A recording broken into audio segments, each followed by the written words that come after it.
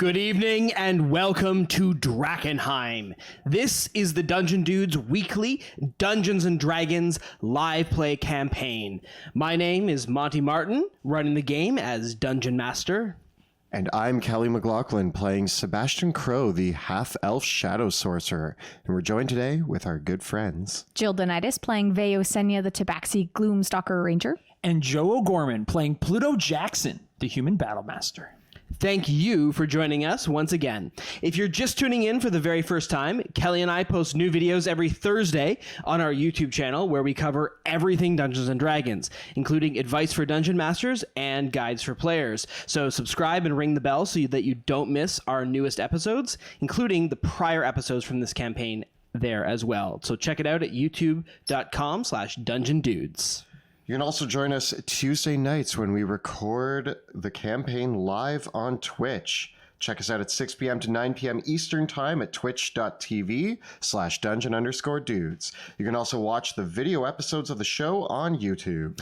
This evening's episode of Dungeons of Drakkenheim has been sponsored by our very good friends at 1985 Games, who have just launched their new Dungeon Craft Kickstarter. They are now fully funded and on their way to their stretch goals, and they sent us a preview copy of the full book that has all of the really awesome 2D terrain pieces that you cut out and use in your game. And I cannot wait actually to slice some of these up and use them for when I go to game stores or conventions to run some games, because I think that it's very portable and lightweight. Love the 3D terrain stuff, but this is super portable and affordable. It's only $30 if you get in on the Kickstarter. Sweet. And they have tie-ins for Ghosts of Saltmarsh and the new upcoming Baldur's Gate Descent into Avernus, or with terrain that's appropriate for those adventures. So check them out by following the links below, or 1985 Games Dungeon Craft on Kickstarter. With that, let's return to the ruins.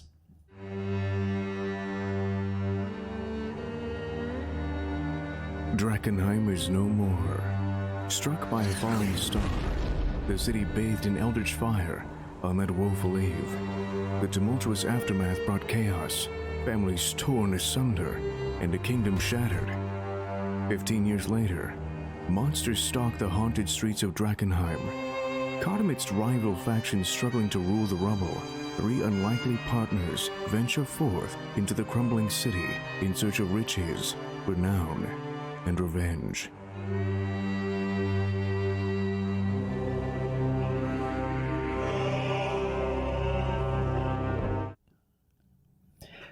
Welcome back to the ruins of Drakkenheim. When last we left our heroes, they were exploring the depths of the catacombs beneath the grand cathedral of St. Vitruvio, the largest and oldest temple and church to the sacred fire in the city of Drakkenheim. Having reclaimed it from the gnolls led by the Lord of the Feast, now the Silver Order and the Flame Keepers of the Sacred Fire await our heroes who have been sent down below to retrieve the bones of the legendary Saint Vitruvio and his draconic mount, so that they may be used to reignite the altar of the Sacred Fire at the heart of the cathedral itself. Once done, the Silver Order maintains that this will create a protective ward at the center of the city of Drakkenheim, a new launching point for reclaiming the rest of the city at large. But of course, our heroes have had a difficult journey thus far. Cut off from the sacred energies of the sacred fire, the restless dead beneath the Grand Cathedral have harried our heroes' progress at every turn, and it seems like the vaults below might carry a few more secrets than the party anticipated. Yeah. But we have a baboon, so I'm not even worried anymore. Named chimpanzee. Baboon. Yes. They've been pretty interesting so far. You know, almost dying and such. So let's just tally up what we found in here so far. We need to find a way to get to the Flametongue. Mm-hmm. We need to find a way to get into the Von Kessel vault. Yep. And we need to find the bones. In order to do all of those, we need more shields. Yes. We need 2 more. 2 more shields. Am I missing anything? We have a lot more grave robbing ahead of us, and to do that, I'm always for grave robbing. we're gonna have to fill our stomachs and our pockets. Stomachs? I'm also like, I might need to slam some aqua delirium. You some should. Sweet and delicious Oh yeah, aqua delirium, because I am running super low. it makes you on feel energy. good, right? It makes you. It makes me feel good. It's like, I don't know, man. It's like a energy drink, but for magic. The purple glowing vials brim with power in your pack. Will you knock one back? When in Drakkenheim, and I knock one back. Alrighty. Roll a d3. I mean, like, what's Wasn't the it a worst that could D4? No, happen? D3? D3. It's d3 plus 1. Three. Yeah. So that's 2. So you rolled a 3, so that is 3 levels worth of spells. So 1 third level spell, 3 first level spells, or a second and a first. As you knock back the potion, you see whenever Sebastian drinks one of these potions, you can see the purple energy going down his throat and coursing through his veins. Like, it almost looks like the veins and his throat and his neck almost bulge out slightly as the liquid goes down his throat into his stomach. And this power, for a brief moment, it's like his entire nervous system is phosphorescent and bioluminescent. It glows with this purple light for just a flash of a few seconds after drinking aqua delirium. I finish it and I burp, and like a purple cloud just kind of floats there. It looks like the haze, and then it kind of drifts away. And yeah, It morphs into like a screaming mouth. yeah, that's a good sign. That means it works. Scary. All right. Well, I feel a little bit better. I can, I can keep going. Okay, Okay. How are you guys feeling? I'm fine. I'm all right. Yeah, You are fine. You look like you are in perfect health. he's enjoying this. I'm fine. Gee, I'm still feeling a little bit green from almost Screamed at. getting screamed at by tufts of white fur across Veo's body after her early encounter with that twisted monk below. yeah. Was that one of your lives? Like, do Tabaxi have 9 lives? I've heard rumors. It was like 1.5. Yeah. Wow. Wow. Oh wow. It was a lot in one go. But you know what? I'm recovered. I'm good. I'm ready to shoot something in the face. Not any of us. No. Okay, so get some shields, get you a sword, Yeah. get into. We want to get in. We're not in the same room as like the priests and all that. We're hanging out separate from them. Right now, you are in the lower catacombs at the first staircase down, where the statue of the Archangel Gabriella holds out her spear and shield, and that you've moved the positions of her hands such that the light from her shield, as it reflects down from above, has opened up the doorway leading into where the Von Kessel vault is. You haven't reflected it further from there. And so that room is illuminated, showing off the large guardians protecting either side of the vault. And we've opened the other side as well, correct? We've done all of. Yeah. The doorway that leads from the scriptorium into the Von Kessel vault, that is one of those large doors that has the aperture lens that is sensitive to the light. You actually have not opened that yet. Earlier down the hallway was a font of holy water in which the morning angel was, the tears from the morning angel were coming down to fill that with holy water. And that angel has its hands positioned to hold a shield, but you haven't put one there and positioned it yet to shine light into there. That has not been. But we done have yet. that shield. We You put do a have shield one in it shield. originally, but then we've removed it again. That's correct. Yeah. Okay, cool. So our baboon is carrying that shield. Yeah. Chimpanzee, bring it along. Pluto, I gotta ask you a question. Yep. If I'm remembering correctly, the cathedral was somewhere that you really wanted to come for a while now, like since you arrived in Drakkenheim. Yeah. There's some documents? There's some important documents. Yeah. Do you think that they're in the Von Kessel vault? They're either in the Von Kessel vault or they could be with the bones.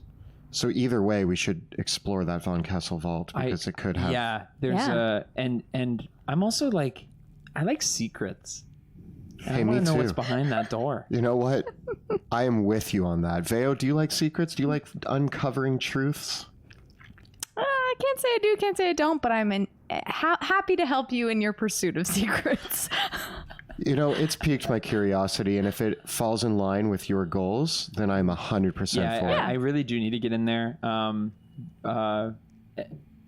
And we need the next shield anyways to unlock the other. Like, we need this other shield, and it just happens to open these doors. So, Also, when I hear something called Flametongue, we gotta have it. whatever it is, Whatever it is, we gotta have it. whatever the cost. Whatever the cost. I don't care if it belongs to the all church. of my friends for this. I will never sacrifice my friends unless a demon asks I will. kindly enough. Now, Pluto, a question. You've been wanting to come here for this whole time. Has it lived up to your expectations? You know what? I pictured a lot less undead. I thought it was just going to be like a library, and I was just going to go through, and I was going to be like, "Excuse me, ma'am," and she goes, "Yeah." I go, "Hey, new here, visiting from Caspia. Do you have any marriage certificates?" She goes, "Oh, aisle 5." They don't have the Dewey Decimal System here. And then, so I go down, I go to aisle 5, and I scratch, and she goes, "Oh, no, it's up here." And I go, "Oh, thank you." She's very helpful. Not many people are in the crypt. And then I get it, and I walk out. This has been a nightmare. So, like, the opposite of what you thought. Comparatively, horrible nightmare. Oh, okay. Skeletons coming to life. I mean- you dying in front of me. Welcome to Drakkenheim. Yeah, I mentioned that I don't like undead, and I mean this lives up to that. I continue to not like undead. They scare me. Not many things scare me, but I don't know. I think I may have said this before, but the thing I hate about undead is that I have to kill them twice. And that's frustrating. The thing that I Like, hate you're just supposed to die. is I killed you. You have to You're kill them You're twice. supposed to die. And I have to kill them twice. It's like twice as much energy for the same amount of... Like, most things just die. So, the doors to the vault, though, are closed. The way is shut, as they say. What will you do? We're going We're going to go... South. the other way now. South. South. to The the- original yeah. plan. Follow your mouth. South for the mouth. For the mouth. Okay. And we're going to Yes. turn the... I turn the shield around so that it points at the south door. So the south door does not have an aperture lens on it, but it is illuminated. Once again, we might need the light. the only thing that strikes you immediately as you head down here is that once again down this hall are the catacomb like niches of the previous hallways, adorned with funerary urns and skulls. Although interestingly enough, all of the skulls that have been placed along here have semi-precious stones or coins placed in their eyes. We can get them on the way out. And Did we all just think about the effect as you shine the light down the hallway is that the light takes on a rainbow hue, for the gemstones and coins in the eyes reflect off the light, sending a prismatic shower of light that dances all down the hallway. All right, guys, huddle up, huddle up. First of all, we aren't going to use the drift globe. Agreed. I can't understand why. Second of all, should we take some gems, or does that seem like an equally bad idea? For now, equally bad. on our way out, if something happens to not like us stealing the gems, then we're on our way out anyways. Yeah, true. Yeah. See, I could go either way because the gems could be like rustle them up, but also at the same time, what if the gems spread the light in a way that doesn't allow us to focus it later? Okay. Let's combine those two thoughts. We don't disrupt the gems. If we get to a puzzle, keep in mind the idea of splitting the light using gems to solve a puzzle. That is just, I'm going to add that into my notes here. Noted. Added to the list. And now we have that. Okay. Very cool. Who wants to open that door? I got it. All right. Is it The squeak? door pushes its way open, and a brilliant light is in the center of this room. Remarkably, a large brazier of fire still burns in this room. Oh. And you can smell this very slight sort of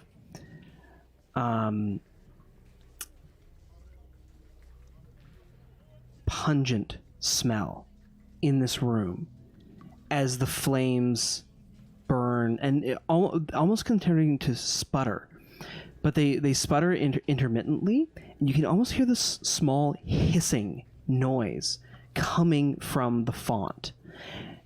And you see that the brazier itself, though the flame burns, there is no fuel. There's no oil. There's no wood or anything in the fire itself. The rest of this room is semicircular in shape.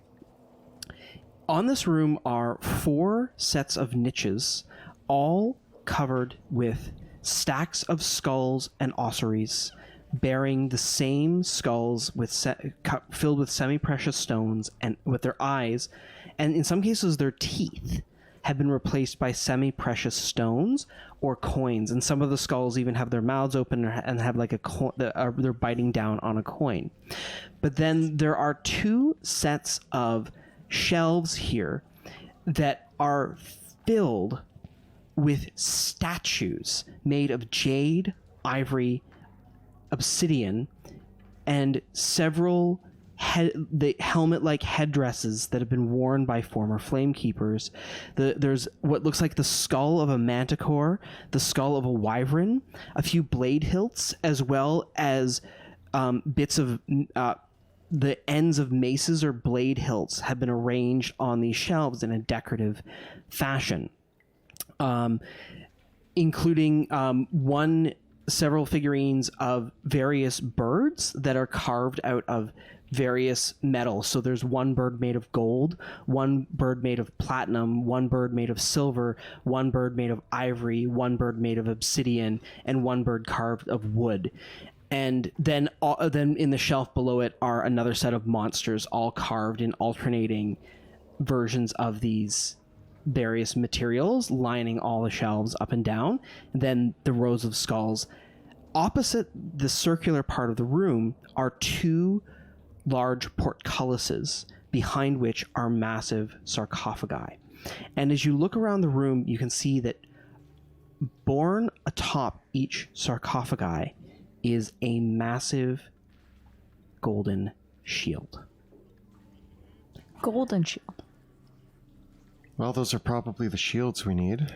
And opposite you is a large stone door filled in the center with another aperture lens. Does the light hit it, or does it hit the floor? The light hits the floor. You would need to bounce the light to hit the aperture lens at the opposite end of the room. Before we place any shields, I think we should just check this room out, because we're going to need those 2 shields as well. Do you think we need both? Yeah, we need 3 shields to complete some of the former puzzles. So, 2. I walk into the room. Yes, we do. Sorry. Okay. That took me a while to do the math. And I'm going to walk up to the flame. And I kind of reach my hand out. It's hot? It's hot. It is hot. And you can hear this hissing noise. At the base of the basin is an open hole. And the flame is like originating. The air kind of ripples underneath the flame as this hissing comes up from the hole, and then the flame just ignites in place there. You can see that it looks like there are bits of flint and steel set into the sides on kind of a spring. Like it's built onto the side of the brazier, on the lip of it, that you could kind of push this and cause a spark. And where you see that mechanism, you can see that cast into the metal at the top of the brazier, there is an inscription written in Celestial. Pluto, can you read this for me? That doesn't help. What does it say? I read. It says, Waiting for you I to use say my it. read skill. the bodies of our first flamekeepers rest here under the watchful gaze of the dead. Ere a living soul should seek their guiding light, know only those who see with clear eyes can find the way.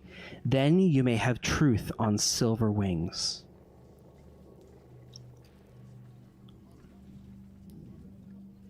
It's another riddle. I was like, And we are so screwed. Guys, wait. can I hear it one more time? Can you read it 9 more times and then tell us the answer? Is that an option? I know we is need it, a silver guys. bird. It's fine. And that bodies- concludes Drakkenheim. Yeah, you're all worried about all the combat encounters, but no. Don't worry about reanimating skeletons, scary golems, or take death gaze empowered dead monks. The riddle. The bodies of the high flamekeepers of the past rest here under the watchful gaze of the dead. Ere a living soul should seek their guiding light, know only that those who see with clear eyes can find the way. Then you may have the truth on silver wings. So the first half of that is all about, yes, we want these guys.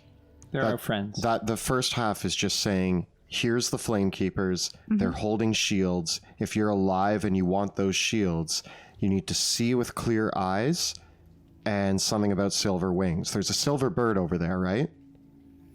There is indeed. There is a figurine of a silver bird on the shelf. We got a silver bird. What does clear eyes mean? What about you said there were some with gems in their eyes, correct? I go around the room looking for the skulls that might have like clear gems, Diamonds? like diamonds or something along those lines. Or if there's one skull that has no gems. Oh yeah. Looking through, you find, it takes you a little while, but indeed, there are several skulls here that have various types of gemstones set in them. And looking at them closely, you realize that they appear to be semi-precious stones, but they might actually just be like clear quartz or glass that has been colored. But one of the skulls on the wall does not have any gems in its eyes. Can I wear it like a helmet? Like, is it big enough? Is it a human skull? It is a human skull. Is your skull really tiny? Yeah. It rests on one of the lower parts of the wall, its mouth shut. Where's it looking? If I look the exact It has no eyes. Where's it sorry. facing? Sorry, yeah, good wording. Yeah, which way is it facing? It's facing out into... all the skulls are facing towards the flame at the center of the room. Can I just do a quick, if I spend some time kind of examining how this fire is coming into existence, can I learn anything about it? Its Yeah, mechanisms? make an investigation check. Why can I never find investigation? There it is. Alphabetical. Imagine that. 12. There is... all you can surmise is there is some kind of... there must be some kind of gas coming up from the hole in the center of this that is feeding this flame. So where's the source of Can the you gas? read me the riddle one more time? The bodies of the high flamekeepers rest here under the watchful gaze of the dead. Ere a living soul seek their guiding light, know only those who see with clear eyes can find the way.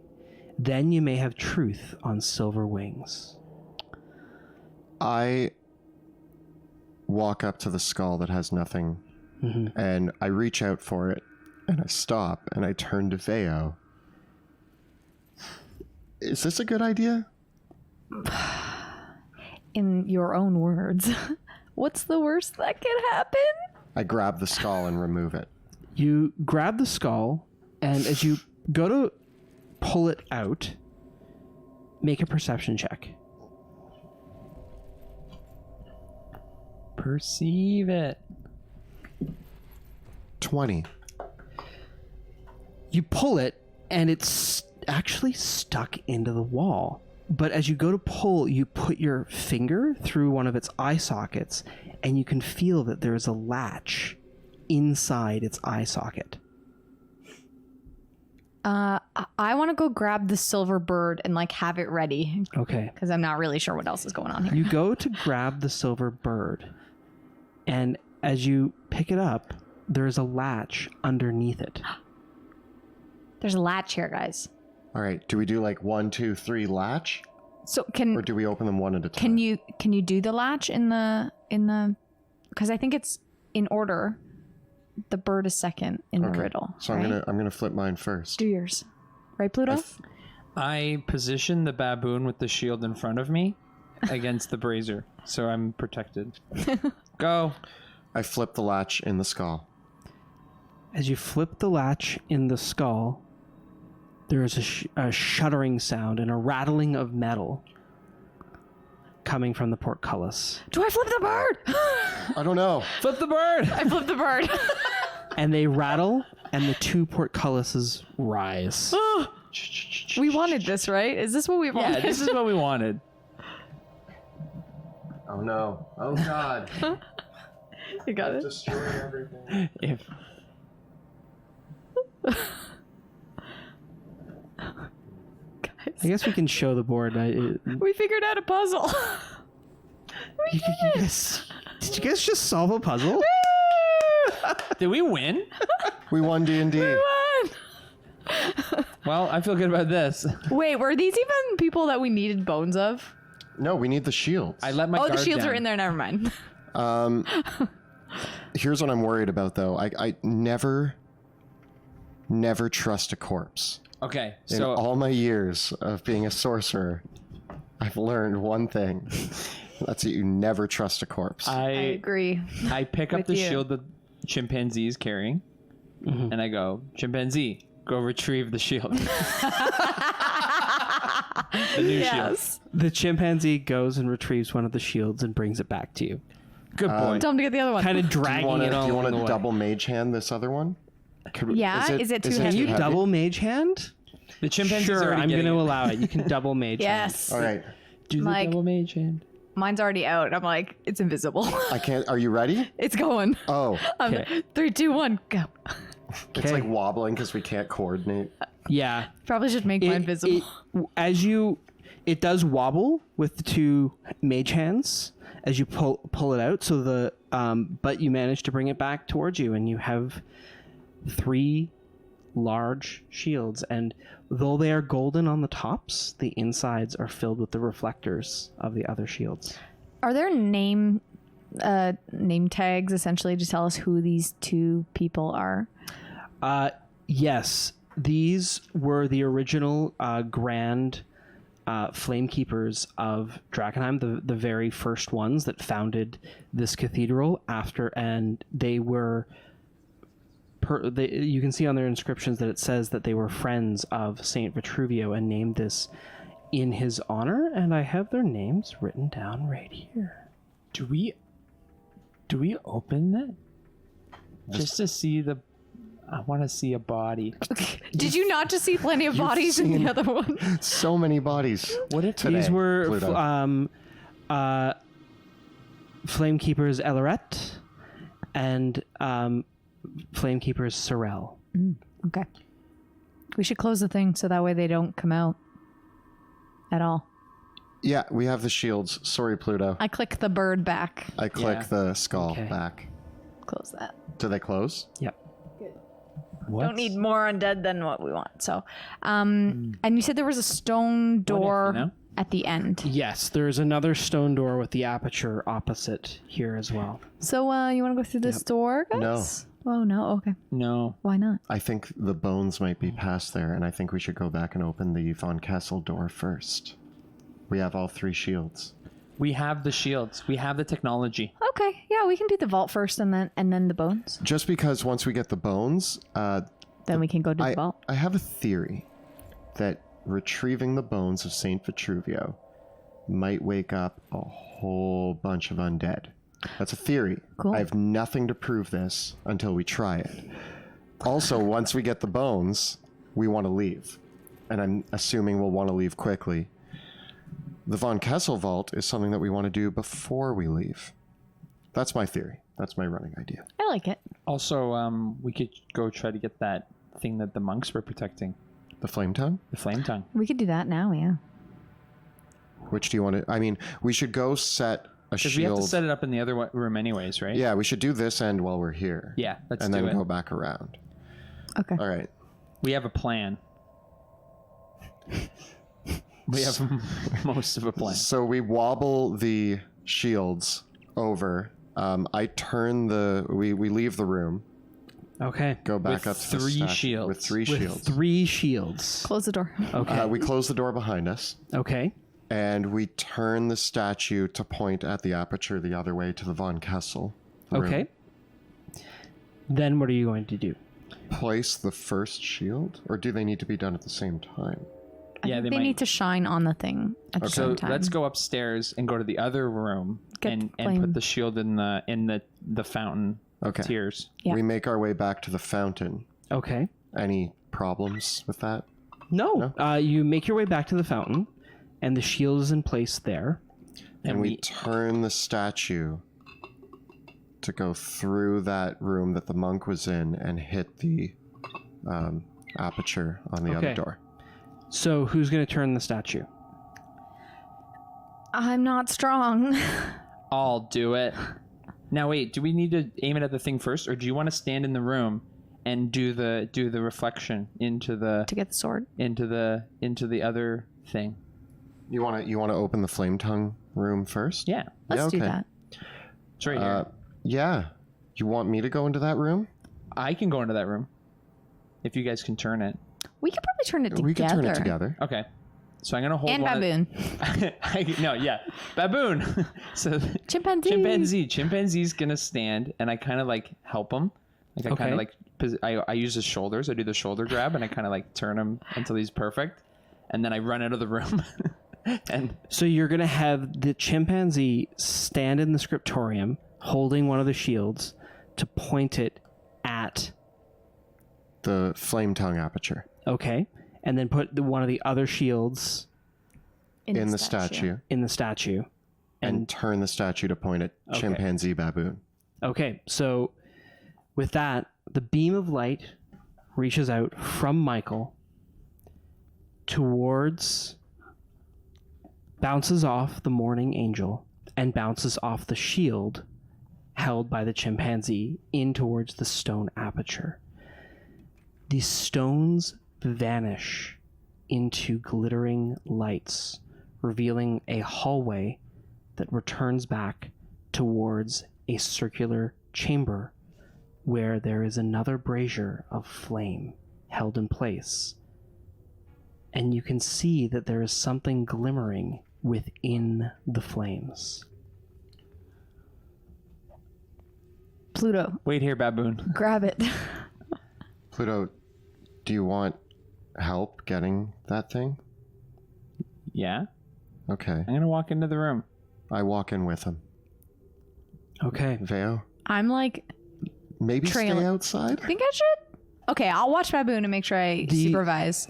I'll supervise Just him. in case, like, if this wall goes down, we need to get out. This is true. This chamber that you stand in now is directly beneath the altar of the sacred fire above.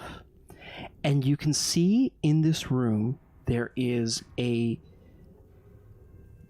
smaller brazier underneath of flame, and it flickers almost like it is the light that is meant to start something.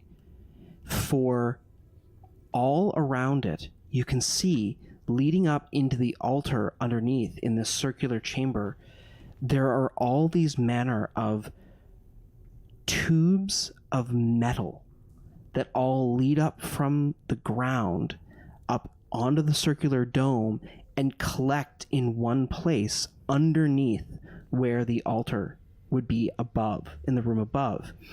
And surrounding this room on each of these metallic columns that are on the walls, you can see that there are circular, there are wheels that have been placed on each.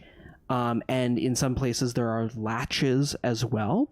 And there are these very strange metallic protrusions that have this strange white painted mark with a needle on them, where you can see there are painted these celestial runes over a field, over what looks like a half moon, part of it painted in red, part of it in yellow, part in orange, and part in green. And all of these strange clocks are beside the wheels, and the needles on them are just gently rocking back and forth in this room. All surrounding, of course, all of these are more of these skulls and niches all around it. But in this case, all of the skulls have their mouths open, and coming out from their mouths are these, look like these long black tongues of stone that end in a nozzle.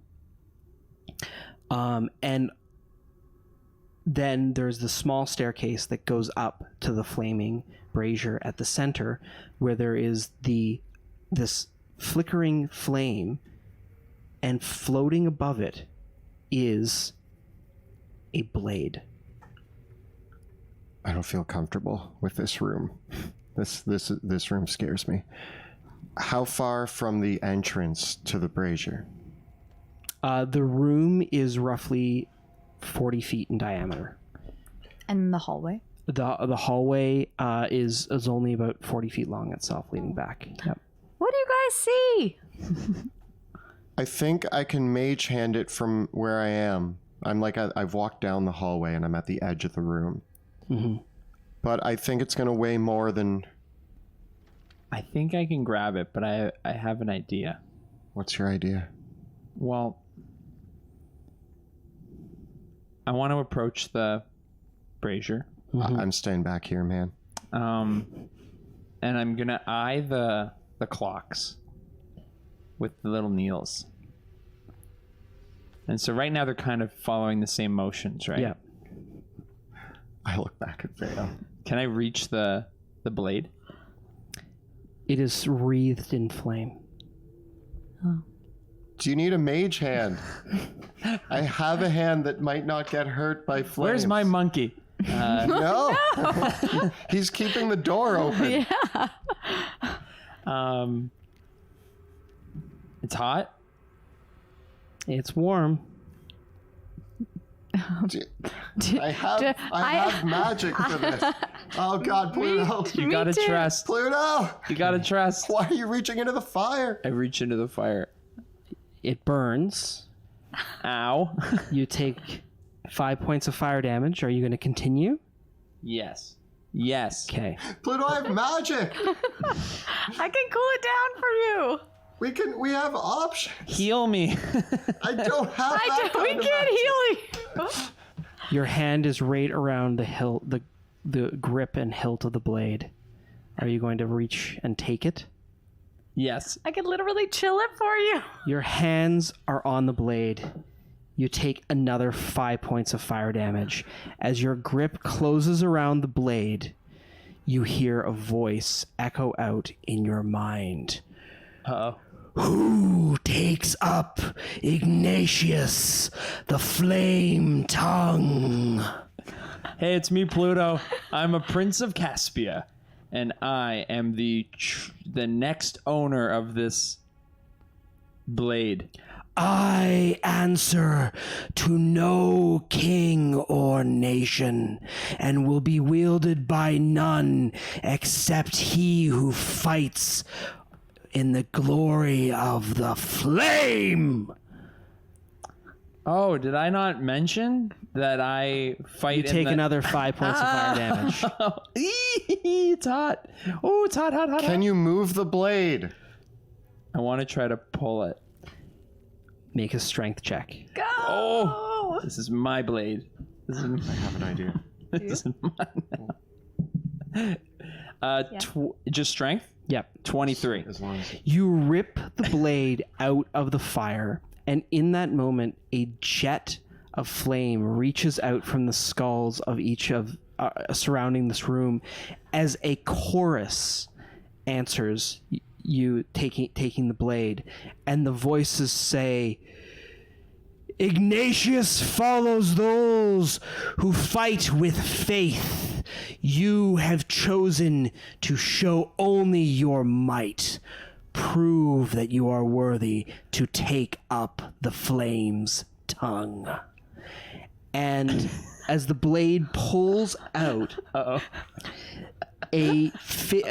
the flame, as you pull the brazier forth, the flame coalesces into a burning shape, and you watch as these flames wreath over Pluto and pull, and it almost looks like his armor is melting and falling apart. But as it does so, this flaming form pushes its way out off of Pluto and forms into this fiery avatar in the shape of Pluto with its own hand on the blade itself, and it pulls away, and a copy of the blade appears in its hand, and it closes Pluto's helmet and points the blade out in front of you. Roll for initiative. I don't have faith. I only know might. You know what, Ignatius? I think we got off on the wrong foot. My name is the faithful Pluto Jackson from that faith-based community in a place that you're pretty familiar with, and faith and stuff. Do we have a setup for that room, or? Yep. Let me just scramble. This whole time that was happening, me and Veo are just behind you, like, there's other options, Pluto. I was getting ready to run in and tackle you off of it, and then you split into fire you and normal you, and I kind of stopped. I was like just getting ready. I'm like, I'm going in. Oh man, oh no, I'm not going in. I don't know. No. No. What's the No. And I'm way down the hall. Like, should I keep the door open? Keep the door open. Okay. I mean, Baboon can keep the door open. His name is Chimpanzee. His name is Chimpanzee. And I raise the fire sword dramatically. I would expect nothing less than dramatic. Yeah, I also have this feeling that this is, like, for lack of a better word, this sword might be like the igniter. Like, it might be the spark plug for this cathedral. Yeah. Like, I Could was they starting not to get the main flame going if you take this sword? And then they're like, later on, they're Why like, isn't it working? I have no idea. Oh. Well, I better get out of here. Okay, bye. So what do we got for initiative? 23. 23 for Veo. 4 for Sebastian. And 14. Okay. So Veo, you are first to act, and you see down the hallway this fiery Pluto take shape, holding the blade. I say, Pluto, I'm gonna shoot the fire you. Yeah, don't shoot the regular me. But I'll keep the door open. So it was 40 feet in the room, and then how long was the hallway again? It was 30, did you say? Yeah. Okay, cool. So I'm close enough. And I start, you know what? I'm going to use magical arrows though, for these 3 shots to see what happens. So I'm going to take my dread ambusher and I'm going to take a shot. All my magic's fire.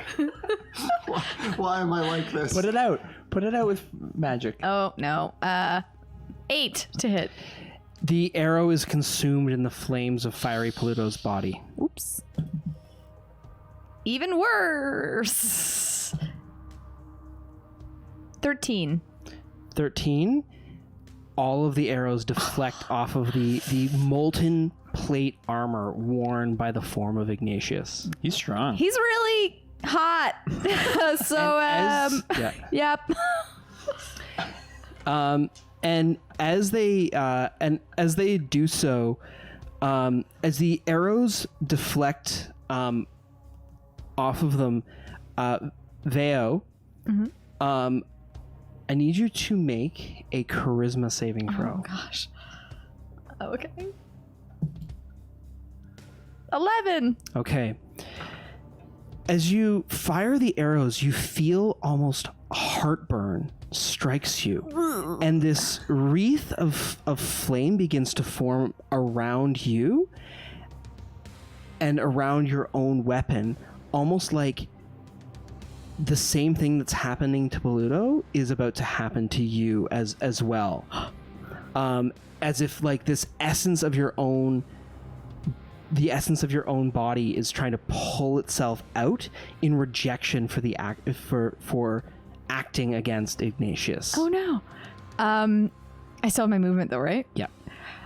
How far away is the holy font? The holy font is about 60 feet away. I use my my feline agility and I like run and I like dive into the holy font. Nice. Yep. Okay.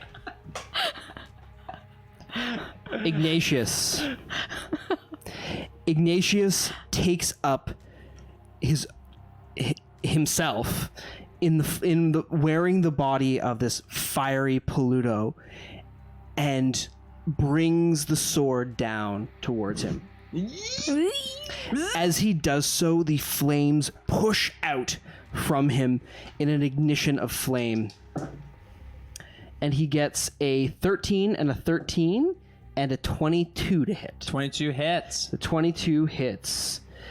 The fiery blade cuts into you, Pluto, for 8 points of slashing damage and 7 points of fire damage. Ooh, baby. I'm hot. Pluto, it hot-blooded. is your turn. So one thing I want to do is I want to use my reaction. Now, am I wielding this sword now? Yes. Oh, baby. And it is hot. It is effectively under the effects of a heat metal spell. Uh-oh. Can I swing at him with it? You absolutely can, but you do need to make a Constitution saving throw. Okay, I do that. I get a 17. You succeed, and so I just need to double check the rules for heat metal. I think you don't take the damage, or no. So, do you want to drop the object or not? No. Okay. So you have because of the heat of the object. You succeeded your saving throw. So in this case, because it's not exactly heat metal, it's not doing any damage to you currently. It's just burning hot. You don't drop it. You're holding onto it. You don't have disadvantage on the attack rolls though. Oh wow. Yeah. And first, I want to swing at him for missing me. Okay. I want to repost him, and I get a 19 to hit. That is a hit. And what do I roll for the damage? It is a longsword. And unfortunately, he himself is immune to fire damage, so you don't get to roll the extra 2d6 fire. Okay. Accept. he takes a 16 damage. Okay. And then it's on Sorry, your turn 14 proper. Sorry. 21 damage, pardon me. 21. Wow. Because it was the repost. Right. And then I'm going to start swinging at him. Okay. Oh, boy. Get him. 21 to hit That's a hit. for 9 damage. Okay. And I want to use a superiority dice and do distracting strike Nice. on him. And he takes another 6 damage. And then I swing again for my second attack.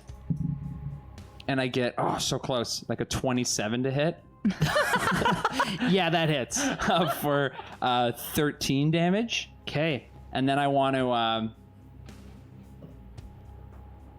use my second wind to heal because Okay. I've been burning from fire.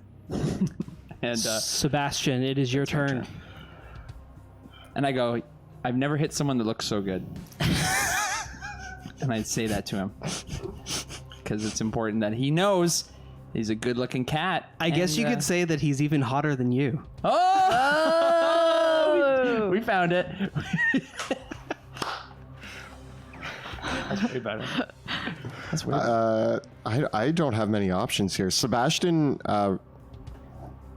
comes forward just a little bit and pulls out his wand and reaches out his hand and casts Chill Touch, and a skeletal hand appears on Ignatius. And we're going to see if that works. I get 19 to hit. That is a hit. Nice job. And so the skeletal hand chokes him for 8 damage. Oh, you also get advantage on that hit attack. Which means you should roll 2 more dice because of elven accuracy. Just to see if you get it. Just see if you get the crit. Nope, they were both horrible. Womp womp. And then I fall into this little alcove here, Okay. and I yell, Pluto, you got this! As the chill hand touches Ignatius, the flame resounds through its spectral form, and a flutter of a moment as the rest of its body begins to form almost in the shape of a skeletal yet fiery Sebastian. Make a charisma saving throw. Uh-oh. 18. You see it, and it makes brief eye contact with you before fluttering out. That was weird. Pluto, it's getting weird. Veo, it is your turn. So I've jumped in the holy water. Okay. Is it still a flame Veo coming after me? It's as you leap into the holy water, these flames dissipate off of you, and you are now a very wet cat. Not my favorite thing, but if it helps me not be on fire or have flames come at me, I'm cool with it. So I am going to... In fact, you feel very calm, like it has soothed away the heartburn as well. Heartburn is the worst. I get it sometimes when I eat certain foods, like, gnolls Biggest or enemy. It's the real villain of trolls. Drakkenheim. And Heartburn. so, like, gamey meat gives me heartburn. Bonus action dash back to the door so I can see down, and then I take 2 shots at Ignatius. Okay. 22 to Here we hit. go. That is a hit. Here we go. I think it's just 23 damage. Wow. Do you get sneak attack? No, I didn't have advantage. It doesn't matter because Pluto's within 5 feet. Oh, because he's within 5 Yeah. feet? Oh, well, then an extra 6 damage on top of that. Yeah. Oh, that's a good roll. 14 to hit. The first hit sends a crack through the molten armor of Ignatius, but the second hit does not penetrate. He is effectively bloodied. Though you are doused in holy water, it almost is starting to boil off, and there's steam coming off the surface of your fur and body. Make a charisma saving throw with advantage. Ooh. What's this one? 13. Okay. It continues to steam away, and all of a sudden you're dry. But as it dries off, you feel whatever flaming spirit has taken your heart is quelled for the moment. Heartburn. Really need to lay off Ignatius the late night snacks. rages out and slices into Paluto once again, getting a 12 and a 19 to hit, Misses. and a 20 to hit. 20 hits. That will be 11 points of slashing damage. Ow. And can I repost again? Yep, And when do I make my con save? at the start of your turn. Okay. Wha-bam. I get a 22 for 9 damage. I rolled 2 ones. Oh, no. Ugh. Ugh. All right, Yuck. Paluto, it is your turn. And then I say, I hope you have the faith, Ignatius. And I spray my holy water at him. I take my water skin and I spray him. Okay, make an attack roll with advantage. And should I add anything to it? Consider it a thrown weapon attack. So like I would throw. Yeah, like you throw a javelin, basically. 24. 24. Okay. The vial smashes against Ignatius's form, and he is particularly vulnerable to this. So roll 8d6. Do you need any? Yeah, here. Yeah, I have the faith. Do you? Do you need more? 1, 2, 3, 4, 5. I need 2 more. Got it? 1 more. Well, I got, yeah. Here, have a sparkly one. Okay, here it comes. This is the big one.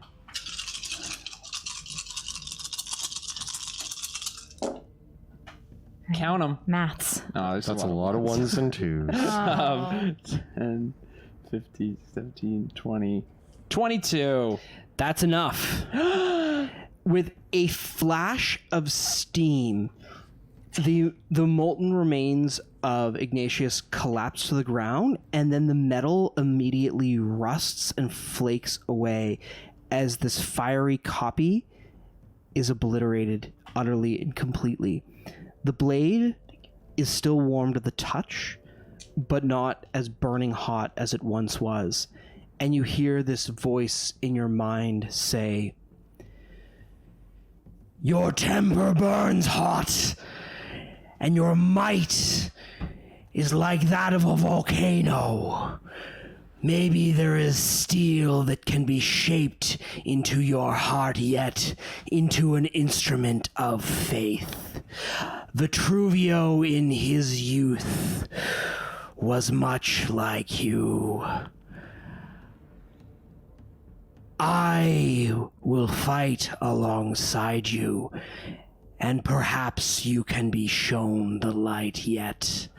If you accept this truth, then I will fight with you. Betray it, and I will strike you down."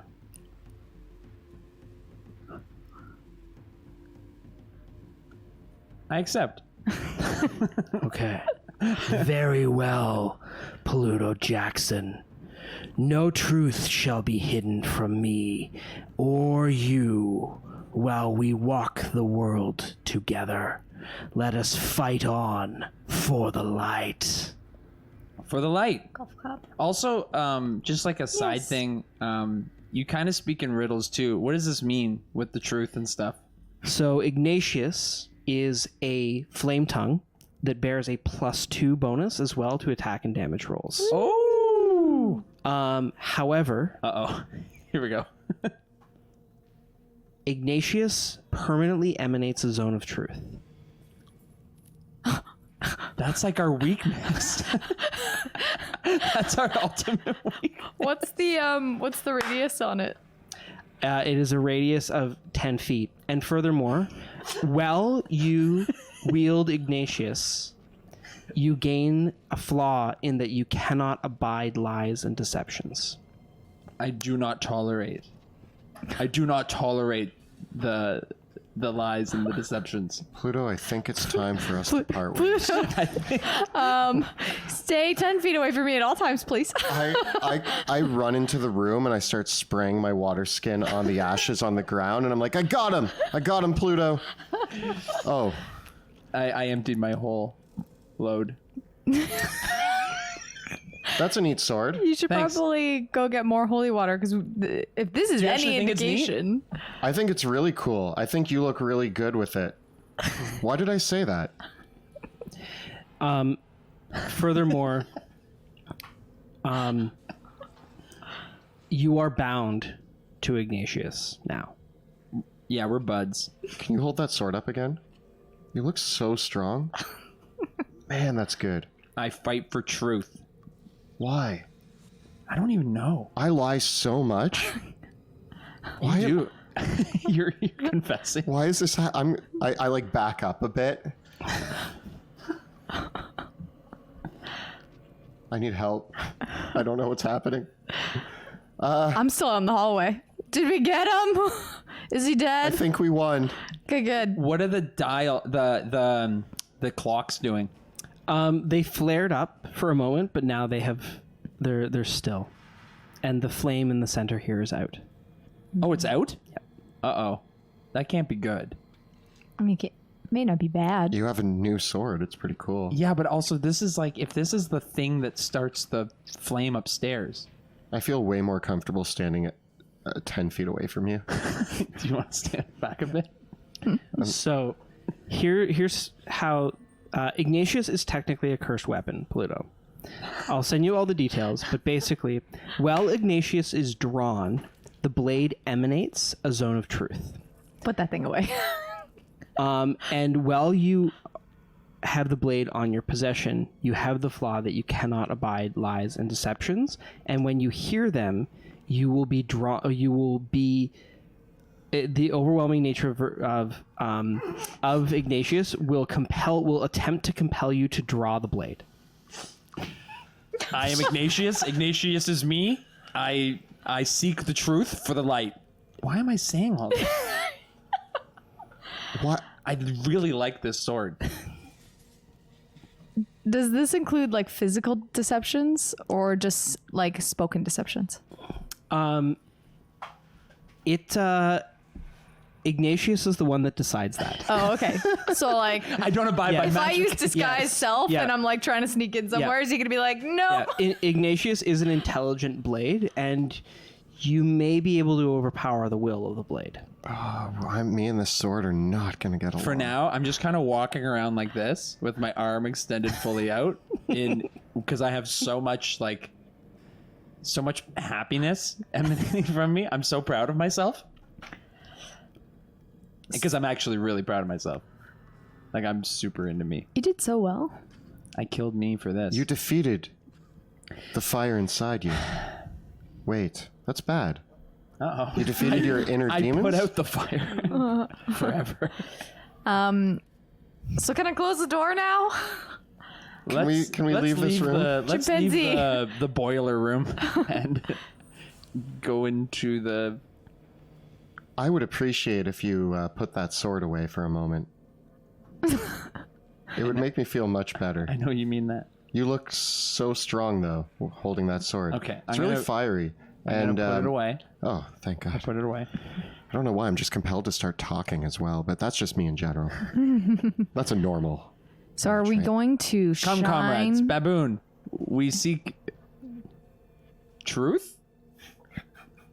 I've changed. I changed down here. Yeah. I really changed. It's like I don't even know who you are anymore. You guys want to set some shields up and open up the vault of the Von Kessels? Let's do it. For the light. All right. Or for knowledge. We get Baboon to move the shield, and the light shines at the aperture His name is leading to the Von. Chimpanzee. He is a baboon. Okay. The baboon. Chimpanzee. The Chimpanzee. Chimpanzee. Oh, its new name's Chimpanzee. the light of the aperture. So you move the morning angel, correct? And you're going to shine it into the aperture of the other door. Yeah. Does it go that far? Yes, the light does go. It's a Sweet. solid beam. Yes. The light shines through the aperture, and just as before, the brickwork illuminates, the door twists and rotates and opens up, and the light shines straight through and hits the guardian directly. Uh-oh. And the guardian, as the light washes over the guardian, there's this grinding of metal as it steps forward out from the wall and cracks its metal fists. I impose the baboon shield. I grab the baboon shield and I impose it in between the light. As the light fades, the guardian walks back into the wall Oh, okay. and rests. Okay. Let's. I have an idea. Now, Yeah. So you have the one shield placed on the morning angel, you have the baboon shield, and you have one extra shield. When I did that, did the door close immediately as well? Yes, the door. Okay. Because we were closes in the shut. room when it... so we need to go around the other way. Yeah. Do you want to wait here with the baboon shield and we'll go Yeah. do the other side? All right. Okay, let's do Vale, this. let's go. I lift the shield. Yeah, I just start running, and I'm like, oh. I'm like wobbling back and forth trying to hold this big So shield. we take the other two shield? No, there's one in the morning angel. One with Pluto the baboon. has one. I have the other. Okay, thanks for carrying that. There's one in the morning angel. Pluto has one with the baboon, And I'm grabbing one. and Veo has one, and I'm going with Veo around to the other. Okay. Side. So you're in the other room. Wait, Yeah. So you use no, the... we need both shields. No, you just use the one to open the door, come Yeah. into the room, And then we'll use the shine other it. one just to block the light, hitting the golem, and then I can walk in. Well, last time we didn't hit the golem, we shone the light from the statue a little bit lower, and we still were able to reflect it without waking up the guard Yeah. on this side. So we can do the same thing as we did that time. Yeah, because Correct? we didn't shine it right at the golem, so we do Okay. that same thing. Okay, so I need to know, where are you putting each of the shields? Right now, Pluto has one. Yeah. And you guys are just carrying one. We're just carrying one, Okay. Yeah. and we're gonna go to the other side of the door that Pluto is on. Yeah. I'm going to hold it in front of the golem, And yeah, ready hold to in catch front of it where once the shines. door So opens. we'll open up the chamber here.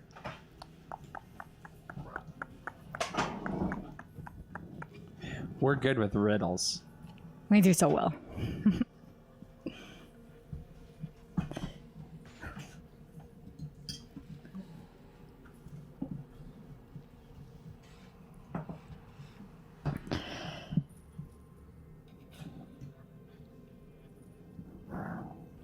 So put me in front of the other, yeah. Okay, so you have one of the shields installed on the morning angel. Yep. Who is carrying another shield? Me. You have another shield, And I have the third one. and you have the third one. Okay. I remove it from imposing itself between the door and the crying angel. Okay. So it opens the door. Okay. So the door opens up, And I catch the light with the shield. and you catch the light with the shield. And now And now I'm, so the door is open. yep. Veo's got the light, and you're reflecting it straight back the way it came. Basically. I'm twisting Okay. it towards, because there was the shiny nameplate. Yes. So right now you've got one shield. What are you doing with the other So shield? now I walk into the room Okay. and I'm going to go over to the other side Okay. and I'm going to do the one from the light hitting the floor coming into the room. I'm going to Okay. aim it at that same, because we have to do the double aperture. Okay, guys, same time. Let's move those lights Okay. towards the. I'm like trying to Convergence. direct them. I'm like, okay, guys, let's move them towards this thing so that they bounce off and hit the door. 1, 2, 3, move. The light bounces off the plate, made that noise. and two beams hit the double aperture in the center doorway. There is a creaking of metal and a rumbling of stone as the apertures close, rotate, and separate, revealing a room beyond. And that's where we're going to take our break. And we are back from our break. Taco Tuesday. Oh, and I want to just give a big shout out to Tabletop Audio at www.tabletopaudio.com for all your ambient music. It's all free. We use it here on our stream. We've been using it since day one, and it's a great way to elevate your own game. So check it out, tabletopaudio.com. Be sure to visit our merch store on Teespring. Check out the links below to see some of your favorite designs that we've worn on the show, or you can go to bit.ly/DungeonDudesMerch. If you're enjoying the stream and you'd like to support our work, you should definitely check out our Patreon. You can find it by following the links down below or at patreon.com/dungeon_dudes. And we have a phenomenal Discord community. So if you join our Patreon, you get access to the Discord where you can chat with us about all the cool things that we do and just about Drakkenheim and D&D and anything else you want. So check it out. Tonight's episode of Dungeons of Drakkenheim has been sponsored by 1985 Games' awesome Dungeon Craft Kickstarter. They sent us a prototype of their awesome book, which they are now launching on Kickstarter. It's up for another 2 weeks still. It's only $30. You get this awesome book that has 2D full color terrain pieces that you can cut out and use in your game. I think it's a fantastic buy for $30. Really awesome terrain pieces, dungeons, caverns, wilderness, cities, A boat. And they're all double-sided. They're pretty durable, and for the price, it's really hard to compare. There's over 1,000 pieces in it, so check it out. It's live now on Kickstarter. They've hit all their funding goals and are proceeding onwards with stretch goals. So that's Dungeon Craft's 1985 Games on Kickstarter. With that, let's return to the ruins, where our heroes have unearthed Ignatius, the Flametongue. Pluto Jackson holds aloft this silver blade with a golden hilt that is overall not terribly adorned. The blade itself is all just this silver material that just flares ever so slightly up at the top. And when you swing it, there's just this lick of flame until you utter its command word, Ignatius, and it becomes wreathed in golden flames. That's so cool. I feel like this will bring no ill-gotten remains onto our party. This will be the greatest gift we have ever gotten, and I will treat it with the utmost respect, and I promise I won't just pull it out randomly to get people to tell the truth. I feel like the greatest To gift get I people ever to tell the got truth, yeah. was The blade that says really to good you tuna in your from mind, River. the truth and the light shall show you the way, and I will cleave the path clear. I do not repeat that out loud because it's so ominous. Is it only when it's activated that the zone of truth happens, or is it any time? So when the blade is lit, the zone of truth is active. Okay, so you can. Is it So only to a clarify. +2 sword, or is it a +2 sword all the time? It is a +2 sword all the time.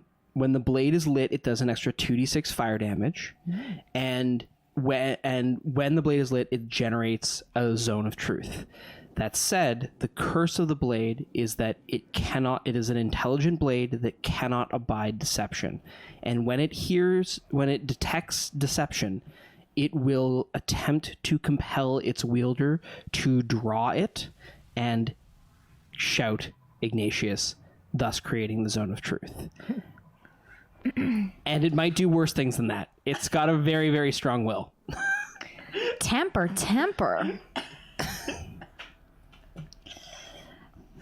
So we and we've just opened opened.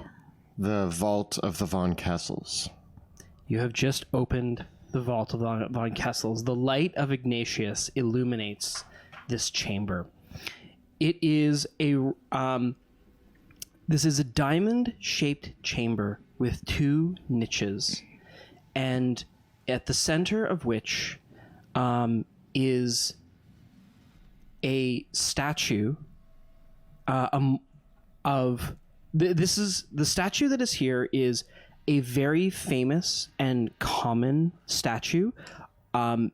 Many artists throughout history have made their own versions of this.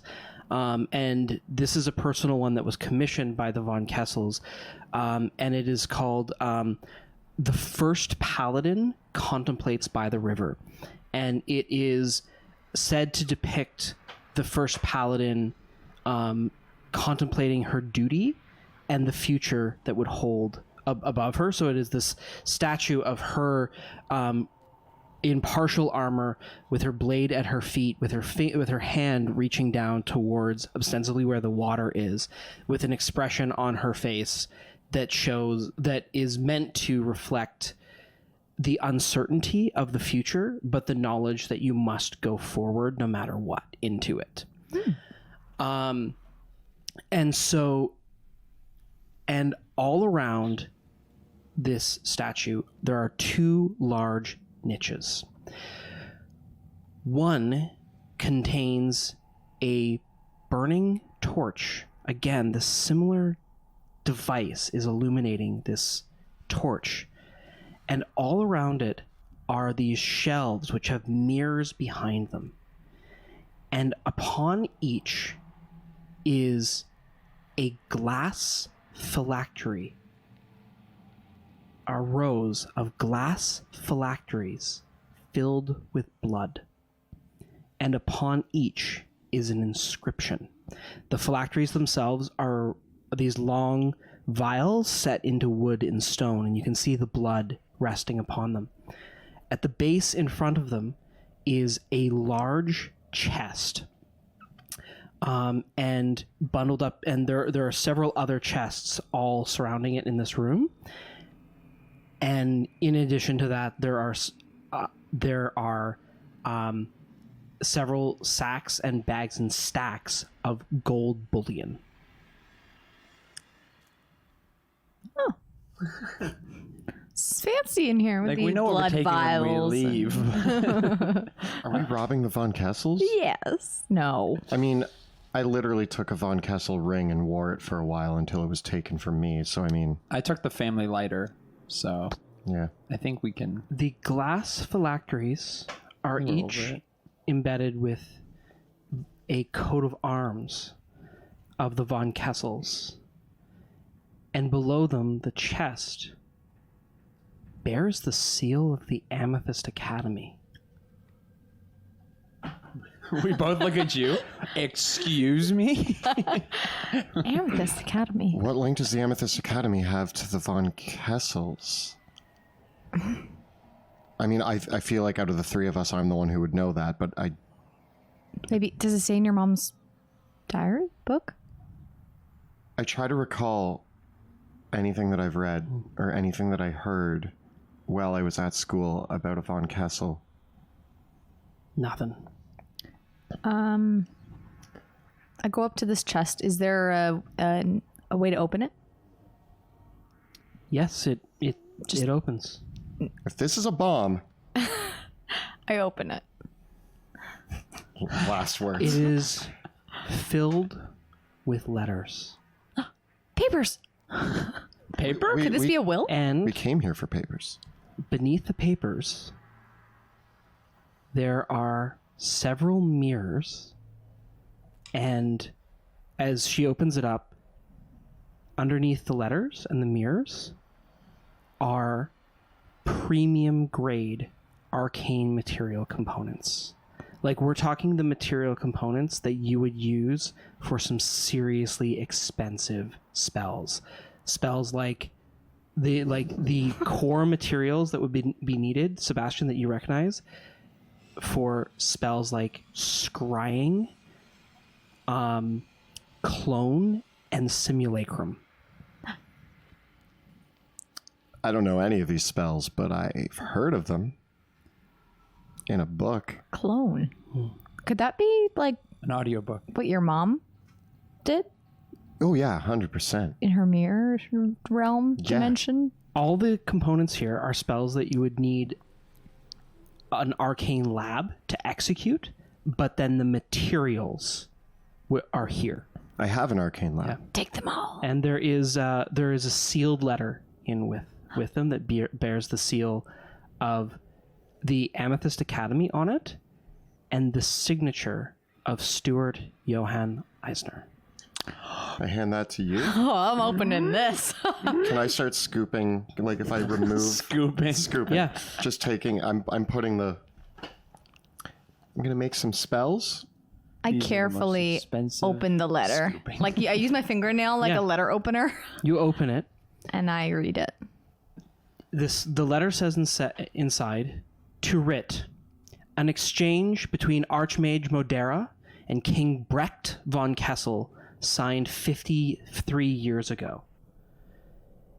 In exchange for a payment of 75,000 gold pieces and a renewal of the land grants of the Academy Tower of Drakkenheim for the next 250 years, a procurement of spellcasting services of the Amethyst Academy in service to the Kingdom of Westamar to be paid in securing or aiding and locating and the location confirmation of the royal heirs in any crisis of succession.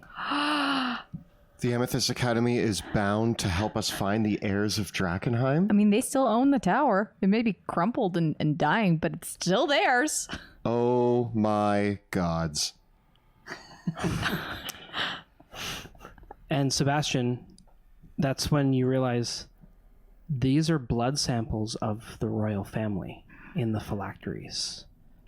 So when you're missing an heir, what's the next best thing? Oh man, we could clone the heir of Drakkenheim. Clone or find them. Do we need their blood to scry? Is that a thing? Is that I could help. is that how Oscar did it to us? Crap. We did give him. Oh man, he has so much of your blood. He could be watching us right now. Should I leave? Should I leave this place Let's Wave at right him because he now? knows. Hey, I should have Oscar. paid so much more attention in scrying class. We gave him. The Somehow the blood. teachers always knew that I wasn't paying attention. Did they There- have your there you go. blood? That's a big. They asked for blood samples. Is that when like I, an when I went into entrance the Amethyst fee into Academy. the? Yeah, they asked. into They the get academy? blood of every student. Ugh. We should put these into your bag of holding like right Yeah. now. Yeah, these phylacteries are identical in construction to the phylacteries that the Amethyst Academy keeps of every member. Yeah. Yeah, that's right. The Amethyst Academy can scry on me whenever they want. By the way, How many are there? Phylacteries. There are phylacteries for several past generations of von Kessels, and there are phylacteries for Lenore von Kessel, for her children, for the children, as well as for the king, as well for the three children. So the current generation is on the bottommost shelf, whereas previous generations, you can actually see that the von Kessels that have been marked as deceased are here. Incidentally, there's several more von Kessels that are part of the current generation, that are reflected in just the immediate family. For the king had two brothers, both of whom had children, but and what both of you recall is that both the brothers were not in Drakkenheim on the day, and that's why there was a civil war. Over the course of the civil war, both of them were killed and their families purged.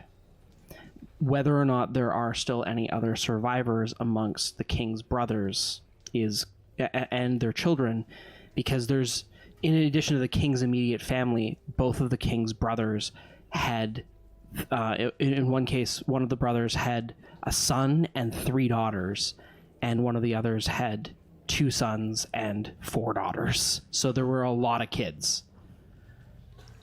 We should take all of them, I think, just in case. there's blood samples of like the brothers Yeah, and their kids. yeah. I mean, Can I just take the ask- kids. Can I ask though? I'm all for the grave robbing, like we're, in for a penny, in for a pound. But is it safer locked down here than it is if we're carrying it around? No. No. Then okay, that was easy. Yep, throw it in the bag. I have a lab in the tower, and I have a lab at the Hooded Lantern's base, and I don't know how to cast these spells, but I have a spell that I can learn to contact a wizard who can learn these spells. But we also needed to meet with the Amethyst Academy. We can remind them of their duty. Again, the information needed to cast these spells is not here. Simply the components to do so. No, Yeah. but I'm thinking my mother would know how to cast these spells. And I have a ticket to get in touch with my mother. Oh. So she might be able to help us clone. We don't want to clone. We want to scry, see if they're still alive. Well, we can use a bit of blood for scrying. And if we scry If they're dead. and they're all dead, Then we can clone them. Then we clone them. That's plan B. Also, we have the queen's blood here. Maybe a clone of her will be less horrifying. Yeah, we could reclone her. How much? In terms of components, how many components do we have for the spells? It's difficult to say because none of you know how to cast the spells. Okay. Somewhere between 0 and infinity. Yeah. Yeah. Accurate. Judging by it, Sebastian, you can make an Arcana check. 9. Hard to tell. Looking over the wording of this deal, this is like one get out of jail free card. Like the Amethyst Academy drives a hard bargain for these kind of services. Mm-hmm. And judging by the way that this document is worded, it's like good for one really necessary spell. Cool. Yeah. Necessary to find the heirs of Drakkenheim. Is there any names that we recognize, like that we've met in Drakkenheim, other than Lenore? Names of various heirs or various Like, other members. Is it just the Von Kessels, or are there? Because there's like the nephews and nieces. But Yes, they're like, this only goes back. This agreement and the samples here only go back 53 years. like Veo's dad. So you've only opened up one box so okay. far. Whether there's not more information, there might be more here still. Do you think we should use that fancy light machine and get a copy of this letter just in case, like water happens? I like that. Yeah. And then we'll keep it like hidden in the vault or something as like a copy. The photography robot is still around, right? Yep. Okay. I'll be right back. And I Gotta go, make some copies. I'm going to go find the light robot and I poke her. And Lucan says, "I would love to take more images for you, but I'm spent for the day." Okay. Okay, didn't we make her like show off? Like we did a bunch of selfies. We did. We had a good one. We had a bad one. Okay, Oh, man. so at some point, we should probably get a copy of this. And wave it in River's face. Like, "Yee." There, judging around, there is probably at least 25,000 gold pieces in gold bullion. Each piece is stamped with the seal of the royal family of Drakkenheim.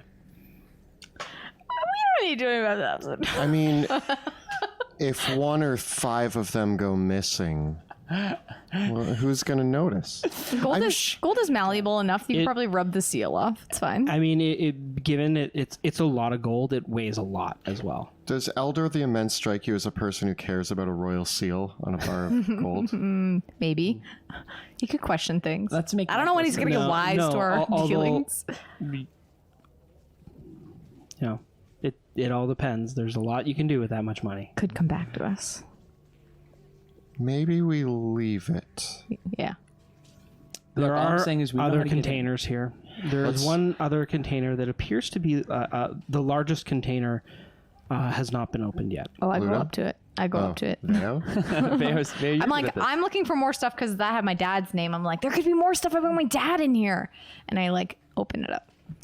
You open it up, and inside the largest chest. It's a square chest that opens up, and you can almost hear this hissing sound as it opens up, as it's been preserved. And inside it is velvet lined on the inside, and there is a large book bound in plated metal and gold and leather that bears the crest of the Von Kessels on it. And then beside it is an envelope sealed with the seal that you recognize of Johann Eisner. It is his personal seal on it. And then beside it still are 3 glittering diamonds and the holy symbol of the sacred fire laid over another letter.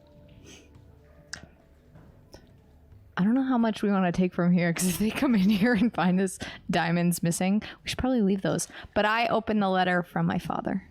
And that's stamped with my father, because I feel like I have permission to do that. You turn it over, and as you turn it over, it says on the outside, the will of King Ulrich von Kessel to be opened in the presence of the High Flamekeeper and the King's Steward only. Oh.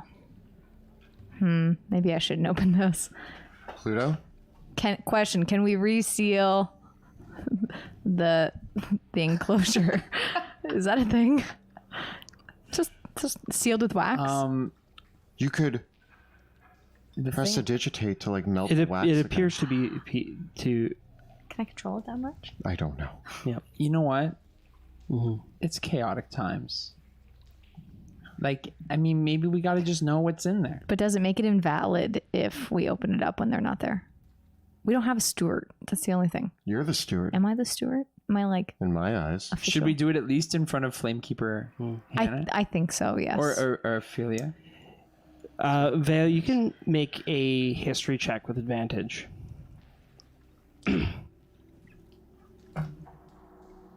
16. Opening this will, if you could not seal it back again, would completely cause a crisis of legitimacy. Yeah, let's not do this. So you could open it, you could try to read it, but if you were to open it up and you weren't be able to seal it again, or someone suspected that it had been opened prior, that could be used to argue that it is a fake. And we have a truth seeker now in our group, so I feel like lying about it. I cannot abide. Yeah. I feel like we should hold off and at least get the Flamekeeper to look over it. And maybe the commander. I mean, I guess he would be another one. Whoever the current steward is, we could consider someone the current steward. And at least if we had one of them, like the Flamekeeper. Well, who has the steward's badge? We'll get the queen. The Queen of Thieves? Do we get the Queen of Thieves involved in this? She can just like... Hey, do you want to see a will? Yeah, we'll just get Flamekeeper Ophelia Reed and the Queen of Thieves into a room, and we're all good. You know what? I think if we get the commander as well as the Flamekeeper, that should be enough. But maybe we'll ask them. This is really important. This is what you came to Drakkenheim for? Yeah, I really want to read it. But we can't risk. We can't risk the information being in that letter. I know. What you want more than to read it is for the information in that letter The truth. to be true. There's still more stuff here. And I was going to say, there's another letter here that's underneath these diamonds, right? There's a book. Okay. It's a large tome. I take out the book and I put it on the ground because why not? And I start to like open it. You open up to the first page, and it is entitled "The Line of the Von Kessels." And as you flip through the pages, it describes in detail the family tree of the Von Kessels with entries on each family member and individual images taken by the camera archon beside them describing them. We should take this back to the queen. I'm sure she would love to see Yeah, it's like a photo album. her children. And beneath it, the book contains the full line of all of the families that are related to the von Kessels and the histories of, and notes like the entire lineage of the von Kessels going back right up to the last generation. Oh my gosh, I'm totally going to spend some time reading this. I want to be like expert historian on the von Kessels and Drakkenheim. The latest entry in it describes a marriage between one Eris Jackson and Leonard von Kessel. Leonard? Who is Leonard again? You mentioned Leonard, didn't you? Yeah. He's your, no. What? You've already told us this part. Yeah, he's my nephew. Wait, That's awesome. he's your nephew or No, Leonard's not your your nephew. the woman through- was No, Jackson? Leonard is not your nephew. He's not my nephew. No. He's my... For there is an entry, there's a line crossed between Eris Jackson and Leonard von Kessel, indicating their marriage, He's with the another son. line extending with a empty point and a note indicating expected. So Leonard was the king's Yeah, son. he was the prince of Leonard is the Drakkenheim. Prince of Drakkenheim And he was married, to Eris Jackson. and they had an expecting child. Yes. So, and Leonard was the oldest child, correct? Yes. So technically, There's another Jackson. potentially, well, it'd be Slash von von Kessel.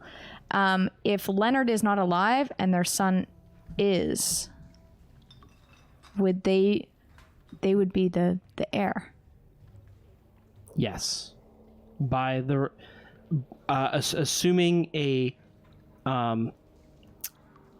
the system of succession Yeah. amongst the von Kessels is not a strictly patriarchal or matriarchal line of succession. Okay. The king declares which of their children is the heir. Oh, okay. So it could be Katerina or it could be Eliza Yes. as well. But depending on what this will says, it could be that's your nephew is Yeah, Leonard's not my child. nephew. I don't want to say Leonard. It's...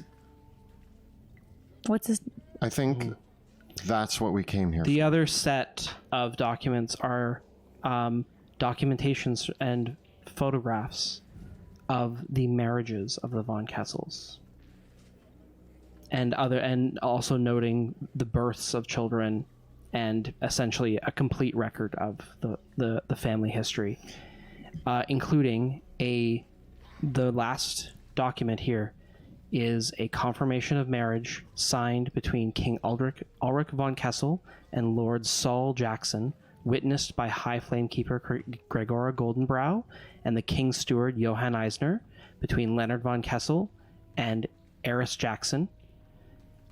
And attached to it is a holy document confirming the consummation of this union.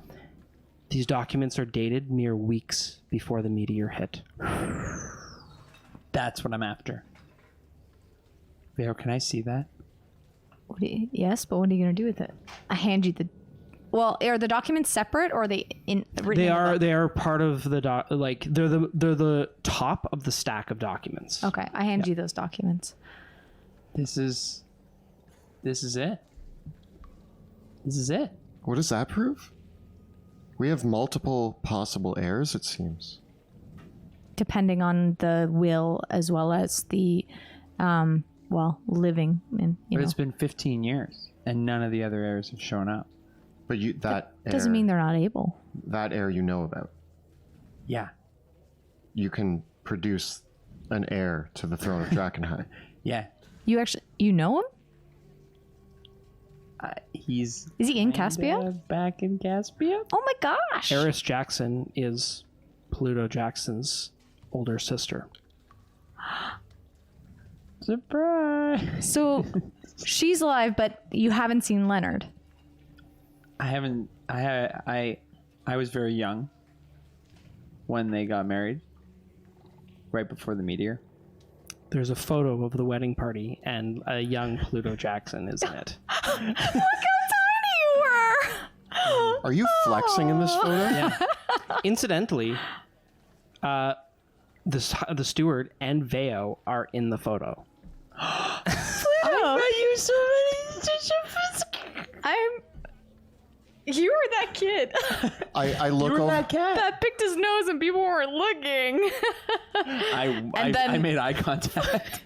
And then flexed every time you thought someone was looking. I look over the shoulders and I minor illusion a little Sebastian in the photo, and I'm like, and there's me, guys.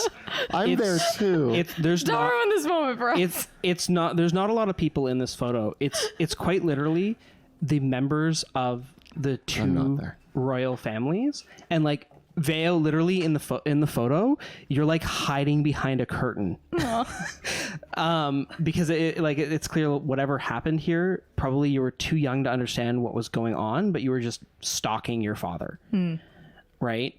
And so the only people that are in this photo are the Saul Jackson and his family, and Ulrich von Kessel and his immediate family, and the High Flame Keeper and the steward.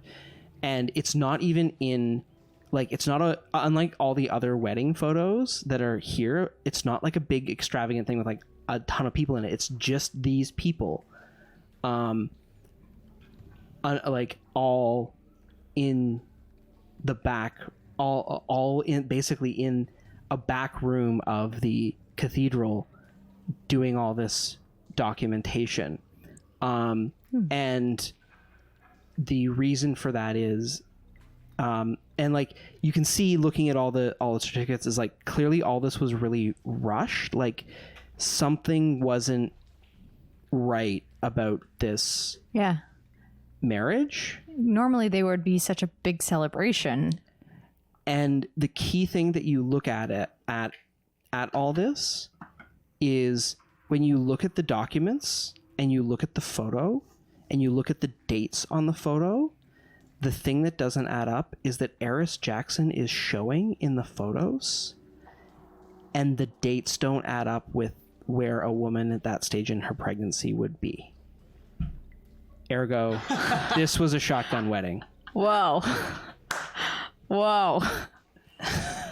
Interesting. That's love, guys. That's what love is. I don't know much about politics, but the one that we can't open, the will. Does that dictate which of these lineages is supposed to be next in line? Well, I guess technically the lineage is the nephew if it goes to the son. But like, does Depends does the will choose whether it's to question mark baby or to Pluto's sister? No, I think the question mark baby is the nephew. Yeah. Regardless of what the will says, if Ulrich von Kessel named any of his children as an heir, and all three of them are dead, then the only eligible choice is George. Which, Little Georgie, under Caspian law, is not come of age, and thus by Caspian law, the that would make Pluto Jackson Lord Regent of Drakkenheim. Oh, I mean that's not. I thought Jupiter Jones also had a claim. If he does, he better produce some documents. We have documents now. Wait, so Pluto, if I would he's trust not you of with age- Drakkenheim. If this is the part For I now. didn't know, you didn't tell me about that Caspian law. what? Oh yeah, Caspian law. It's all like it's a lot of numbers. Wait. Can I be your steward? Wait. There's. Wait. Carry the Y. Pluto Jackson could be the new king of Drakkenheim. Temporary king. The new king of Drakkenheim, who will need a new steward and a new court wizard, sorcerer, And Liaison to the Amethyst Academy. it would I be guess. temporary. and a new rat prince and a new executioner. a new executioner. We have a perfectly good executioner we can use. That It's really effective. And the queen, you talk to her. She wants this, does she not? The queen does I still don't fully know what happened. want us to find her heirs. Okay. And you are a potential heir. Well, not Well, really. technically, since the queen is still alive, though, none of that matters. Because, Exactly. you know, So in order for you to become king of Drakkenheim, the queen needs to not be alive? It'd be a start. It'd be a good start. Whoa. Whoa. Well, it depends on what the will says too. If the will wills it to Leonard, for example, would that not take succession over the queen's right to the throne? There's a reason I avoided politics. So it depends on. I mean, I grew up in the castle, so I hear things. But it depends on whether we can find what it really depends on what the will says. We should probably get that figured out. But then from there, we need to figure out what the line would be. And I think that is key to figuring out how we can get the buy-in from everybody else in the city as to, saving Drakkenheim to get some semblance of what it was before, at least on the right track. We need to protect this will because this is the if this will becomes tarnished or revoked in any sort of no matter what the truth is. I believe in truth now. I'm all for truth. I seek the truth. We need to make sure that it stays, because if there is any sort of doubt cast on the heirs, it could be total chaos. I have a thought. More than so now. More so than the current sitch. If when we finish here, we're supposed to be planning a meeting between the Silver Order, Yep. the Hooded Lanterns, and the Amethyst Academy. Yep. That could be the perfect time to bring all of this to their attention and make some plans. Should the queen be there? The queen is... Depends on her state of mind, let's be honest. Yeah, we'll see. We'll make that... Tentative, yes. But we need to keep these super safe until then. I don't want it getting into the wrong hands. Oh my I don't want it gosh. getting into the Queen of Thieves' hands. Yeah. I don't She want it needs getting to into not know about it. This is so important. We protect these documents with our lives, and we present it to the heads of the factions that we trust. I know that we don't trust the Amethyst Academy, but we also have a document stating that they have a legal obligation to help us in this mission. And I believe that River will help us. Maybe. She'll help us. I think she'll be on our side if we can convince them that it's in If their we have favor. documents saying that this is what is required of the Amethyst Academy, She'll do it. the Amethyst Academy has been sketchy from time to time, but River follows the rules of the Amethyst Academy. That's her thing. Yeah. And these are the rules of the Amethyst Academy. This is a document laid out. So I trust showing this to River. I do. Yeah, I agree with you. What do you guys think? I think that we should take all of these documents and the blood just in case, because again, I think we should still, based on the will, find the right heirs. I know we have your nephew, but if he's not directly the heir, then we need to be able to look for whoever the will says. So Queen Lenore wants us to find her children, right? children, and Yeah. I think that's something that we can at least try to do, even if we can give her closure Yeah. So guys, about it all going down. when we go upstairs, and your blade's not going to like this, when we go upstairs, do we not tell Ophelia Reed right away? Do we wait till the meeting?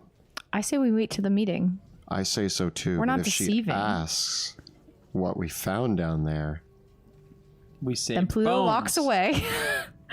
yeah, you need to leave. I go take a nap, a power nap. If I that have to sleep happens, I through it. need you to walk away. I say I don't we know if, just focus on the bones and getting that, right? Yeah, we need to do that. We need to get those bones and we need to get out of here. And we put the shields in a safe space so that way other people also maybe can't access them. Where do you want to put the shields? We could. I mean, put there them was a back secret in flame the room. sarcophagus area. Yeah, we could do that with the skull and the bird. Skullbird. We could put 2 of them back in there. We could also, Nobody will get in. It's fine. That kind of dismantles the whole system down here, though. What if somebody else needs to do anything? Then they can Figure it out? figure it out. Yeah, because I that's where I guys was coming from at the start. Like this whole idea that maybe this is a safe place to keep some of this stuff.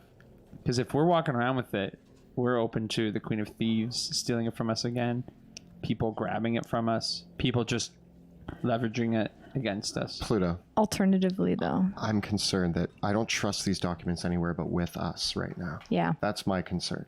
I understand exactly where you're coming from. But if we leave it down here, what's stopping the Queen of Thieves from coming down here and getting them? Doing what we did. She's been everybody. She could pose as a person of the church once they re-sanctify it and just wander down here. She has minions. She has men. She's a smart cookie. I just thought that, I mean, she could do all cookies. that, but that's probably a lot harder than her walking up and being like, give me that thing. If 'Cause she- she could do that. But she also. wouldn't even know about it. How would she know about it? I guess how would she know to come down here to get it? Between us 3. I just feel like I want to know where these documents are at all times now. Could we But I don't know.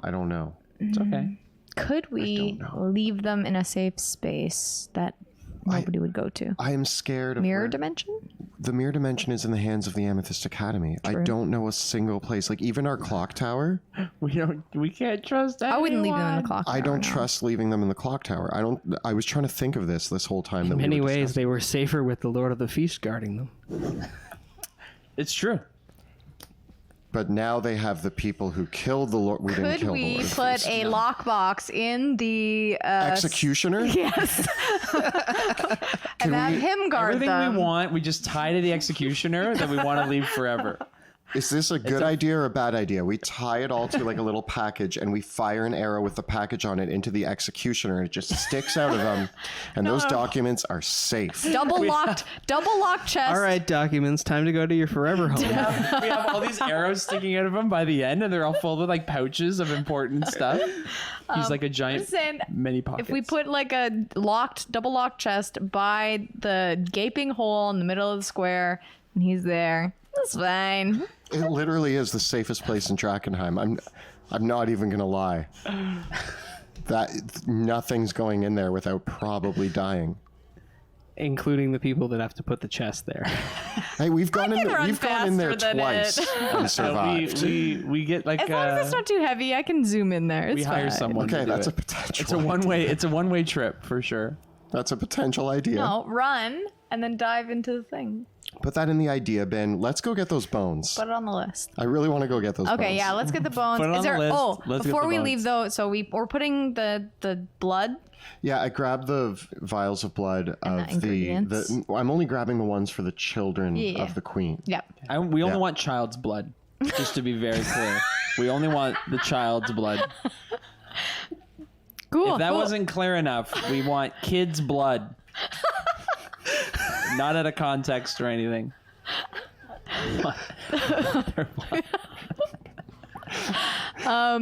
Okay, so Yep. you're gonna take the phylacteries. I say we take the will for now. You can always come put it back in We here. take the will, the family tree, the documents, and Like was one And or where two are you gold gonna put bars them? each. in my Bag of bag holding? of holding Cool. for now. If you lose that bag of All right. holding, that's. That's on me. I'm That's- going to guard this thing with my life. This is Can you put a lock on it? I think we should split up some of that stuff. okay. All right. I will take You take the one with the first one we read. the will. Oh, the Amethyst Academy. Or should I take the Amethyst Academy? You I'll take take the the Amethyst- Amethyst Academy note. Pluto, do you want to protect the will? I will protect it with my life. Okay. And then I will take the book And then we still have the documents. Yeah. and then put those in your bag. Okay, That's fine. I'll put the documents in the Amethyst Academy then note. tomorrow, What about the photographs? Oh, I want all the photographs of my dad. I'll take the photographs. Okay. I still have all the other ones from the other room, Okay. so I'm just like, look at my dad. Look at how cute I Where are look you gonna when I was store? young. So you don't have a bag of holding. They'll store them in. I think I have a backpack Okay. Guys, Um, guard these with your life. with my life. Sebastian, as you pass the photographs over to Veo, there's something weird about the Von Kessel kids. Just as you look at them, These kids are weird. just What's weird there's about something them? about the two daughters that is really familiar.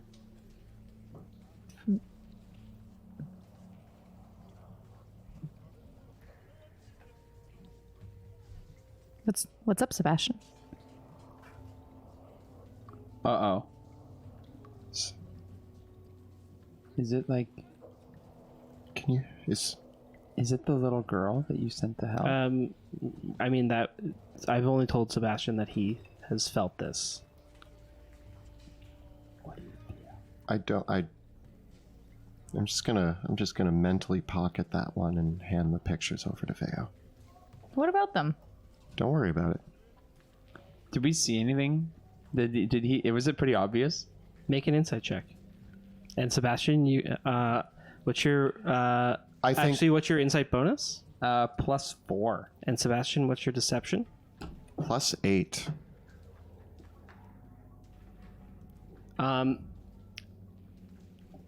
Veo and Pluto, he looked at that photo for a long time before handing it to. You trying to memorize their faces or something? Yeah, You can't hide anything from us. it's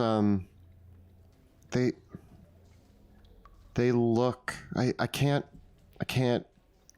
My brain does this sometimes. I see their faces sometimes when I don't mean to. Like just so it could just be that. They look like younger versions of Cat and Mouse. Look like? They're younger than when I knew them, But similar. but it's similar. The eyes. There's something about the eyes. And these are... In the photo, who are they depicted as? Are they daughters? The daughters of the queen and the king. Yeah, there. It's something perhaps, Sebastian, that you'd never noticed before. You'd seen paintings and sculptures of them in the queen's grotto, but the clarity of how they are rendered in the camera archon's images makes the details of the truth of their details much more obvious.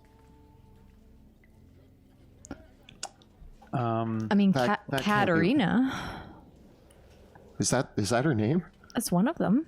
And then Eliza is There the are youngest. Katerina and Eliza von Kessel. And Oh man. do we have their blood? We do. Oh man. Uh-oh.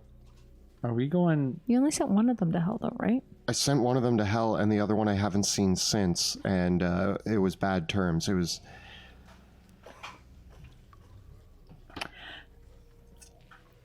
Yeah, they were my friends too. I mean, if they are the same people that you have told us about.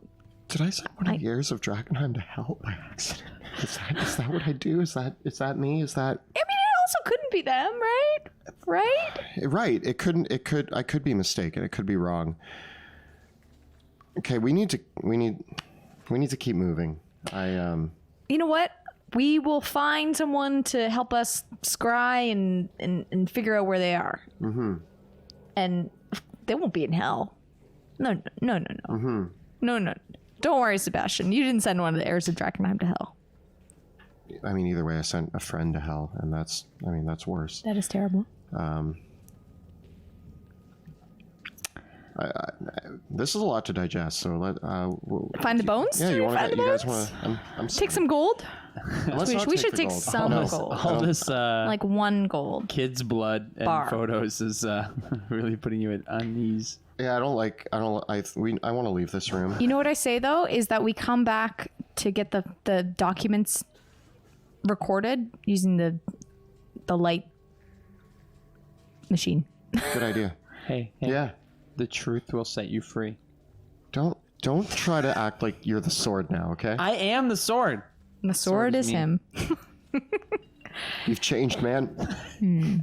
It's been a long 15 minutes. You know what? You're still cool. There's been lots of revelations. I say we take the shields and make sure that nobody else can get in here. Ignatius says in your mind, Pluto, the shadow of guilt hangs tightly over this one's heart.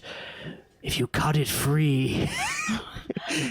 Shut up. He's really emotional right now. Who are you talking to? Who are you talking to? I have like all on my back. Oh man. Okay, Everything's fine. Let's Everything's...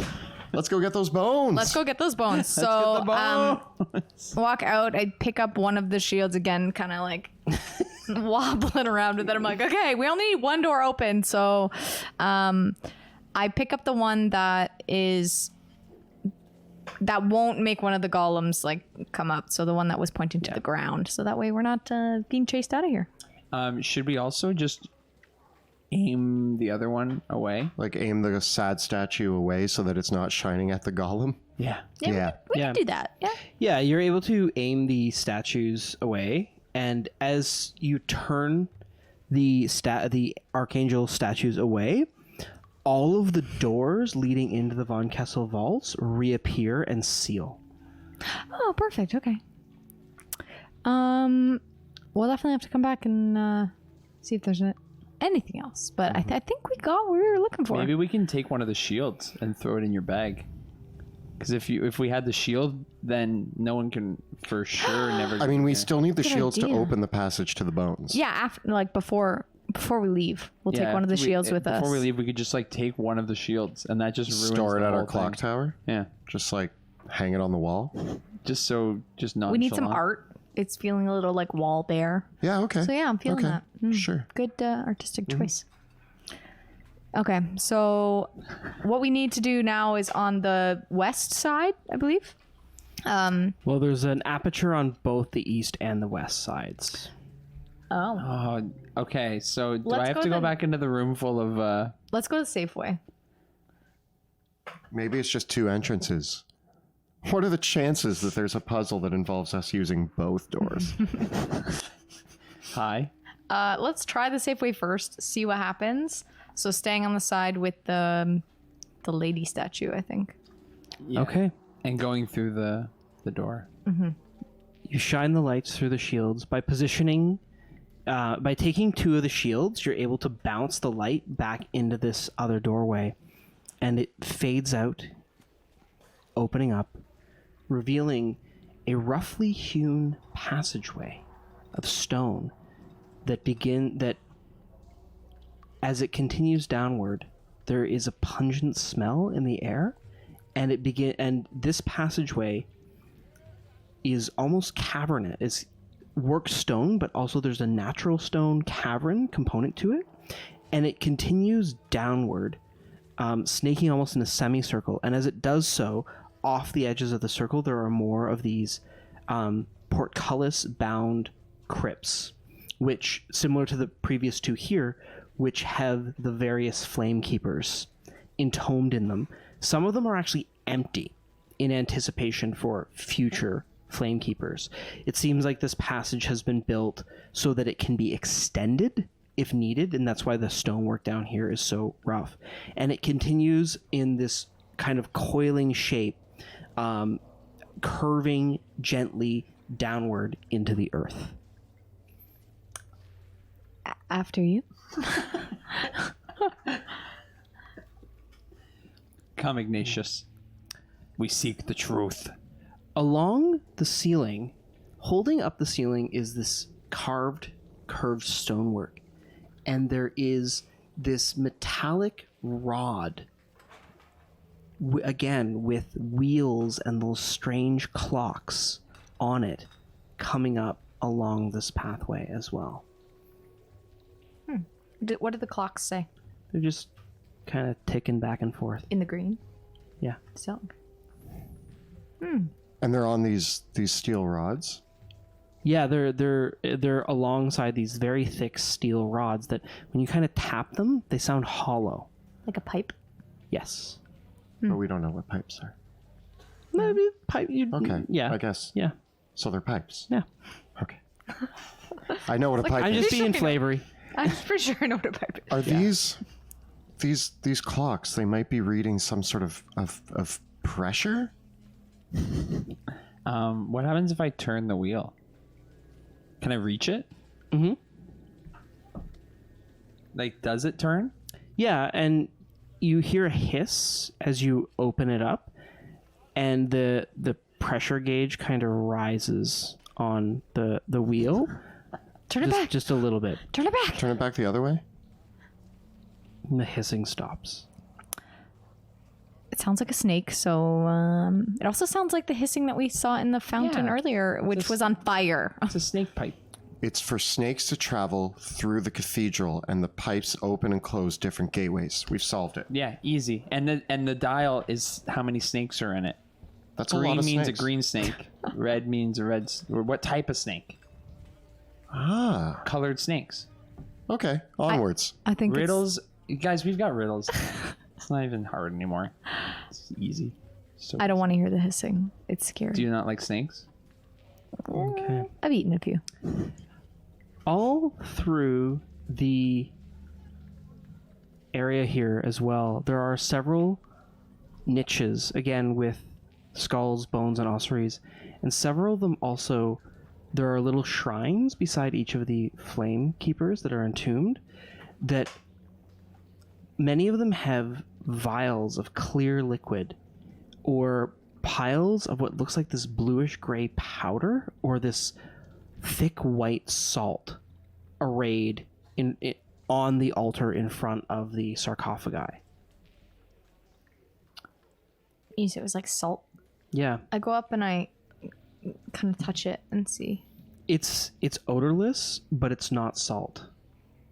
I taste it. It tastes really bad. Blech. Yeah, It's not edible. yeah. Just so y'all know. It has a very like kind Don't of taste it. nitrous sort of taste. If she says it's not edible, Yeah, that's a it problem. is gross. Yeah, don't do that. Do I know what it is? Thanks for trying. I like that her first instinct is to just eat it. Cool. Make an intelligence check. An investigation check. Investigation. Okay. 5.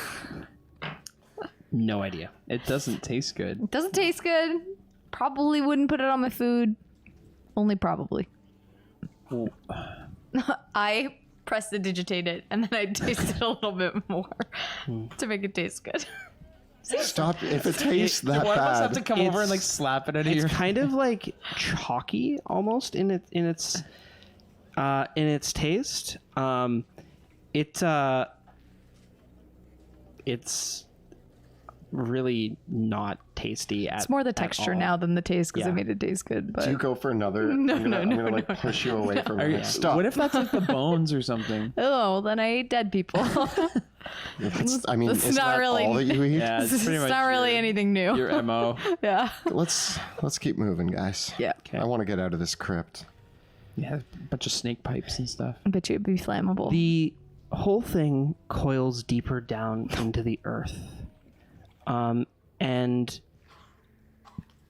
you continue down this passage for some time before it opens up into a large cavern deep underneath the cathedral. Here, supported by pillars of stone, there are more of these pipes and a lake of a thick yellowish black liquid, which a sour odor hangs in the air, and this thick this sour odor that's like rotting eggs hits your face. The sulfur and rotting eggs, and in and amongst this this large pool, this cavern itself, some 100 feet wide, the pipes reach down into this pool, and around them are supported the bones of Argonath, the ancient dragon. whose hardened, rust-colored scales are like plate armor over his skeleton. We can take his bones, right? That was one of the deals. That was one. Yeah, That was one of them. And we need to find like a hip or a joint. A hip or a Femur. A femur. Looking up at this thing, I suddenly don't want to take its bones because I'm scared. Also, question, what are you using for light? Are you relying on your dark vision? I'm in the dark. I'm in the dark. Should we have a rope and you can follow us, bringing us back to the rat's nest days? So, you know how when we lit things up before and the skeletons came alive? Pluto, there is a giant dragon skeleton in this room. I know you can't see it. Well, I have a drift globe. No. Oh, No. I'm sorry. But it's so powerful. It would light up this whole room. but then we'd probably get eaten to death. You You hear a whisper.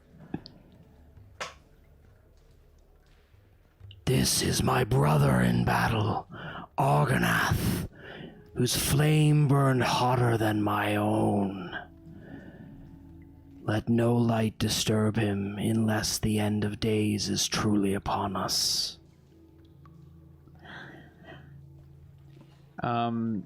My sword is telling me that we're gonna stay in the dark, so I'm gonna hold on to Sebastian. Now, Gotcha.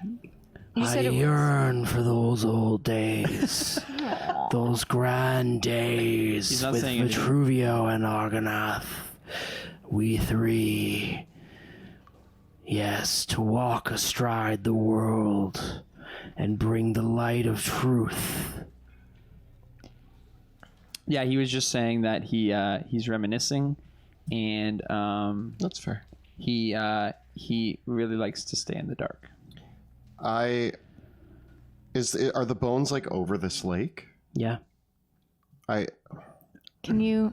I look in, like, can I Like the front claws are posed on the edge, and the skull kind of was a massive dragon. Like, this thing is 50 feet long, and its skull itself is bigger than your body. It is the type of thing that could have swallowed you whole in its day, and you can tell that it's the outer shell of it, like the scales of it, haven't decayed at all because they themselves are metal. And whatever this liquid is not water, because the scales themselves have this rusty red color, but it's like a sheen to them, and it's not rust that gives them this color. So he's surrounded by this nasty liquid. It's almost like the scales themselves would have been, they have this reddish like, actually you can't even see because you're using dark vision, because you can't see the color, but they might be either red or gold. Do I see any signs of Saint Vitruvio's? No. We just Body. need these, right? I think so. How big is his femur? His big toe. His big toe is like the size of your hand. Well, Just like like if you put your hands together, like all your arms together, those would be like his knuckles. But we need a bigger bone, correct? It's the smallest bone on the dragon, but it's still a pretty big bone. Yeah. But that would be enough from what they were the flame keepers were claws telling us? themselves, like if you took the claws off of his digits, they would be like short swords. Okay. well, So we'll pick up a couple of those, and that should be fine. I'm pretty sick of being down here. Pluto can't In see. fact, they're that and, sharp. What's the worst that could happen? I walk up and I grab one of the claws and I start to pull. Make a strength check. Because it's by the edge of the water. Like The did you roll? I fall backwards and just like tumble to the floor. Okay. Pluto, I think you might have to do this one. Okay, lead me. Alrighty. I walk him over and I place his hands on the toe of the dragon. And I'm like, pull there. With some effort, you're able to pull the claw, the right claw of the right claw of Argonath free. It's stupidly heavy. It's like carrying several long swords and a suit of armor, but you've got it. Let's get out of here. Let's get this upstairs. Like this claw itself is like the size I of guess a man's torso. we could all like Wow. help him out. We might still need Vitruvios. I thought they only needed one. No? They need both? Did they say one or the other or both? I think they wanted both. It's ideal. Well, I ask mean, we them. can drop this off upstairs. Yeah, we have to go to the other side to get to St. Vitruvius. let's Okay. go show them that we got the bone. So we climb all of those winding stairs, Pluto dragging this. I'm carrying it. Yeah. I'm two-handing it, though. It takes a while, I assume, because of how heavy it is and how I'm not helping. Same. And we get... You guys don't even give me light. Nothing happens, though, when we take I the trip bone? most of the way. Ugh. I thought It that shifts dragon... slightly and falls as the weight now is on the bone, but the whole system is keeping the skeleton up. I scream when it shifts. And I kind of run to the door, but I like slow down when I realize that nothing's happening, and I try to casually just walk it off. Like, oh, just getting rid of a cramp. Yep. Okay, guys. And then we go all the way back up. Okay. You head all the way back up through the passages back to the top to where the Archangel Gabriella is. And seated there at the stairs, looking down, are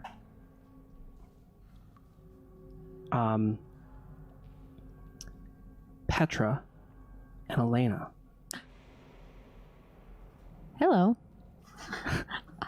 Aren't you supposed to be helping the queen? Yes, no, me. Yeah. Yeah, you guys are on queen duty. And Petra, she smiles rather warmly, and she sighs, and she says, "The queen herself wanted to see how things turned out." She's here? Like, what? Upstairs? And Elena speaks up, and she lowers her gaze and says, "Oh yes, the queen's here, and so's Lenore." No. Petra kind of regards that weirdly, but it's like doesn't quite put two and two together. What do you mean by that? Can you elaborate? Pull out your sword! Pull out your sword! I yell at Pluto. Pluto! I can't. It's so heavy. Let me take the bone. And I like drop it to the ground. Pull out the sword. They say, Petra says, "That is a huge dragon claw." Yep. She and seeing this commotion, Elena turns and she cries out, "They're back! They're back! They brought it!" And you can hear commotion within as several others, members of the Hooded Lanterns and the Silver Order, rush towards the stairs to help you with the dragon claw. Pluto, pull out your sword. I pull out Ignatius. Dun, dun, dun, dun. Do you say the word? And I say, "I summon you, Ignatius. Show me the truth." Fire blazes up the sword, and the assembled people gasp at the light of the blade. And one of the paladins of the Silver Order says, "It's Ignatius! The blade of Vitruvio! The light has blessed us indeed! And there's just shouting as everyone is amazed at what you have done and brought up. Wait! I enjoy the shouting and I enjoy the amazement. Elena, what is your name? She turns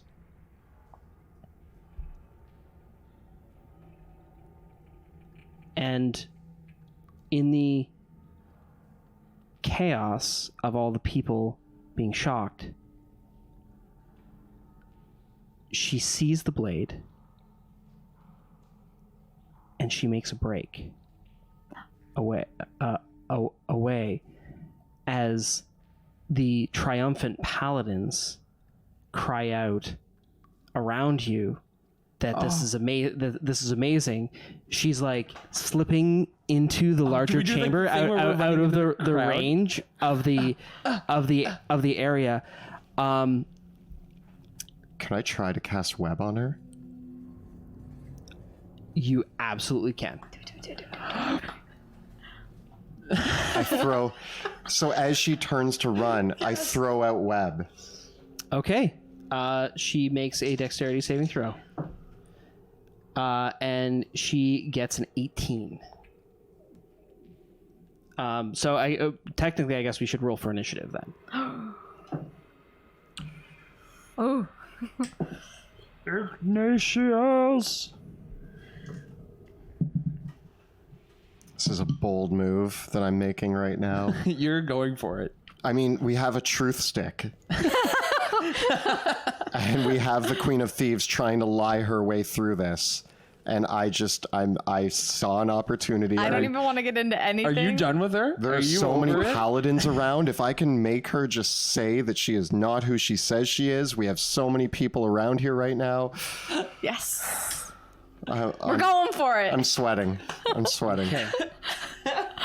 What do you got? 13. 20. 26. Okay, so Sebastian, 13. Yeah. 20 for Pluto. 26 for me, Veo. Okay. I'm so scared. Okay.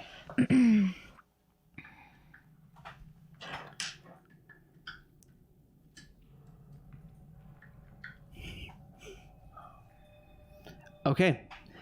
So Sebastian has drawn his wand, and on your turn, Sebastian, that's when the webs will be cast. Okay. Okay.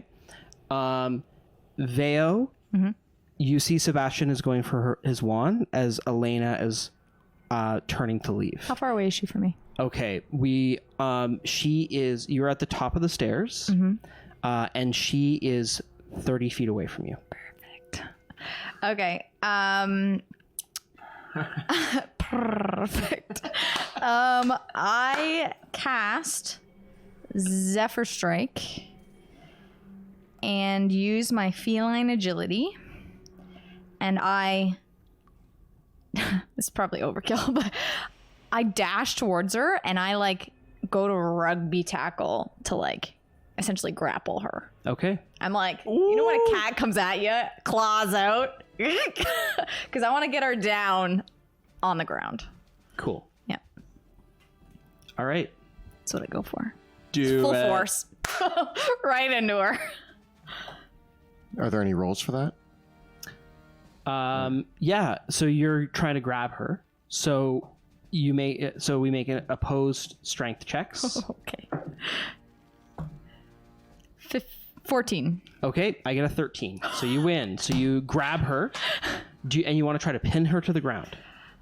I guess what I'm trying to do is momentum, grab my arms around her arms and my legs around her waist Okay. and try to weigh her down. So you've got her grabbed and you want to try to knock her prone then? Or just will grab that her? Disadvantage your webs or no? I mean, Is that I might effective? end up webbing both of you to That's the ground. fine. If I can get her to the ground. So you've got her. Her speed is 0. Yeah. So she is there in place. Yeah. You know when you wrap around and then your hands are on the back of their head? You bet. I'm holding on. She's not Okay. going anywhere. Pluto, it's your turn. I make my way through the paladins Okay. very epically. Okay. I imagine that they part. I go part. Make way for Ignatius. And I walk up and I say, and I slowly lower the blade towards Elena, and I say, reveal yourself, for we do not abide deceptions in front of Ignatius. Anything else you'd like to do with your turn? I do like a little pose. A little pose at the end. And I point. And she turns back. And I'm right up to her. And like so I run right up to her. Have the you have the blade out. And the sword speaks to you as you point the blade at her. And it says, "What exactly are we doing here with this woman?" She's a fraud. Reveal okay. her. Reveal her.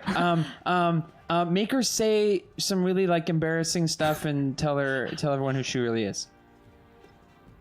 I mean, he can't do that, but he does project a zone of truth. It's close. Okay. Do the whispering thing in her head. Okay. Do it. Do the whispering thing. Okay. And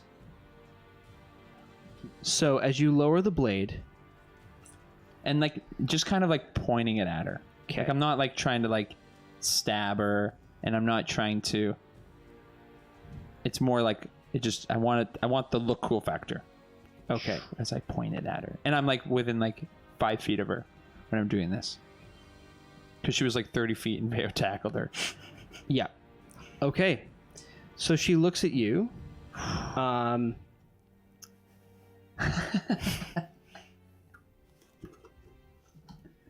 like still getting my wand out apparently. You got your wand out, yeah? Yeah. Because you're still gonna go for the web? Maybe. Depends Okay. what happens right now. Okay. So I have to make a charisma saving throw. Okay.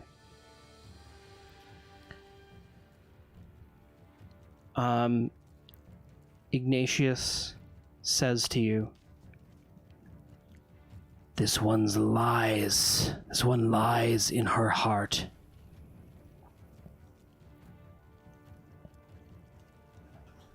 But the darkness that surrounds her, the lies that surround her, I cannot force it out of her. She has succeeded her saving throw against the Zone of Truth. So you know this. So remember, with Zone of Truth, until the spell ends, a creature that enters the spell area for the first time or starts its turn there makes a charisma saving throw. And on a failed save, it can't speak a deliberate lie. You know whether they succeed or fail. And a creature that's aware of the spell knows.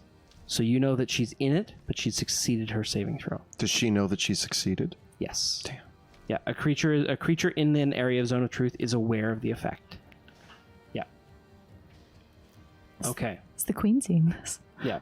And for the record, it's DC 15 for the saving throw on. Ooh. Yeah. Ooh. Okay. Is that her whole turn? Saving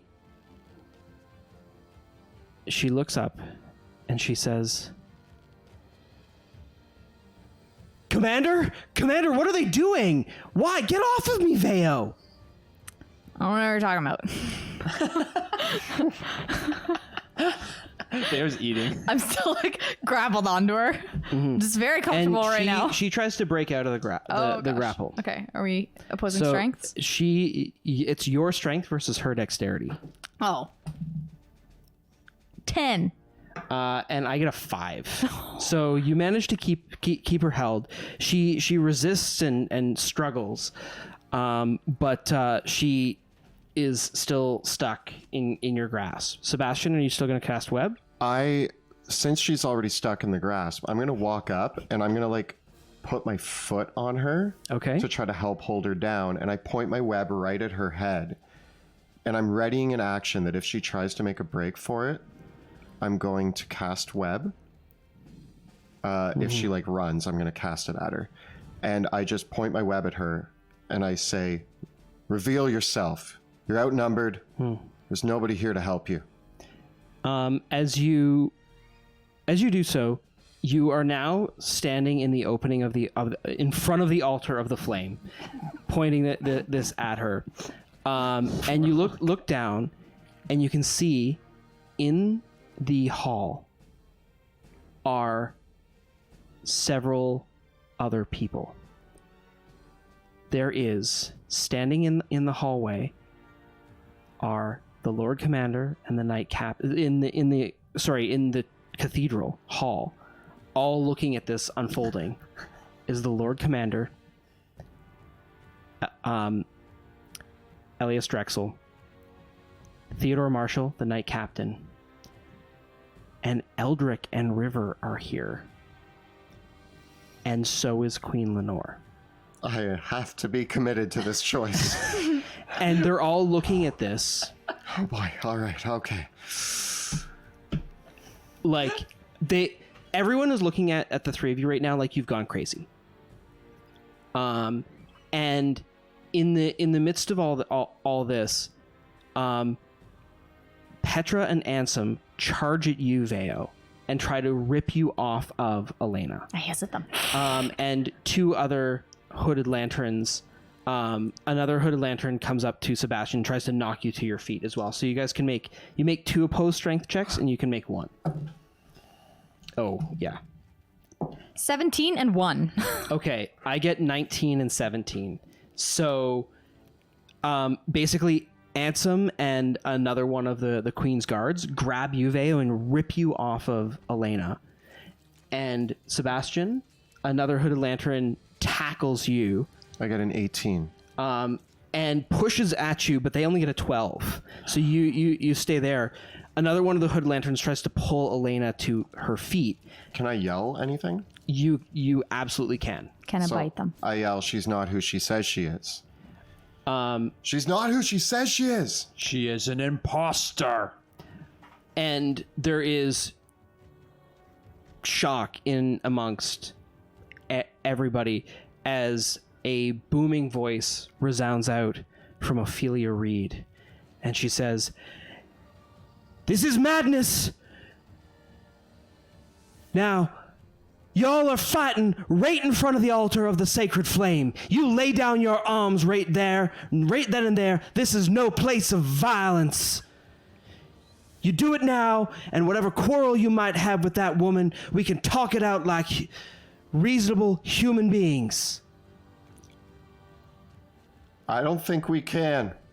I don't think she's going to give us the chance. Ignatius has found its deception, and it seeks to reveal the truth. And I look to the paladins for some sort of support, for they must see that Ignatius is trying. Theodore Marshall looks to Ophelia, and he says, "Are you sure?" He whispers something to her. You can hear him saying, "That's the blade of Vitruvio. It tells all the truths that we need to know. Is there some deception afoot?" And he turns to the Lord Commander. And the Lord Commander says, "Elena is one of my most trusted soldiers. What are you doing, you three? Have you gone crazy down there? Let her go!" And I turn to the Lord Commander and I say, "On my father's life, this woman is not Elena." And I look him like dead in the eye. Make a persuasion check with advantage. 11.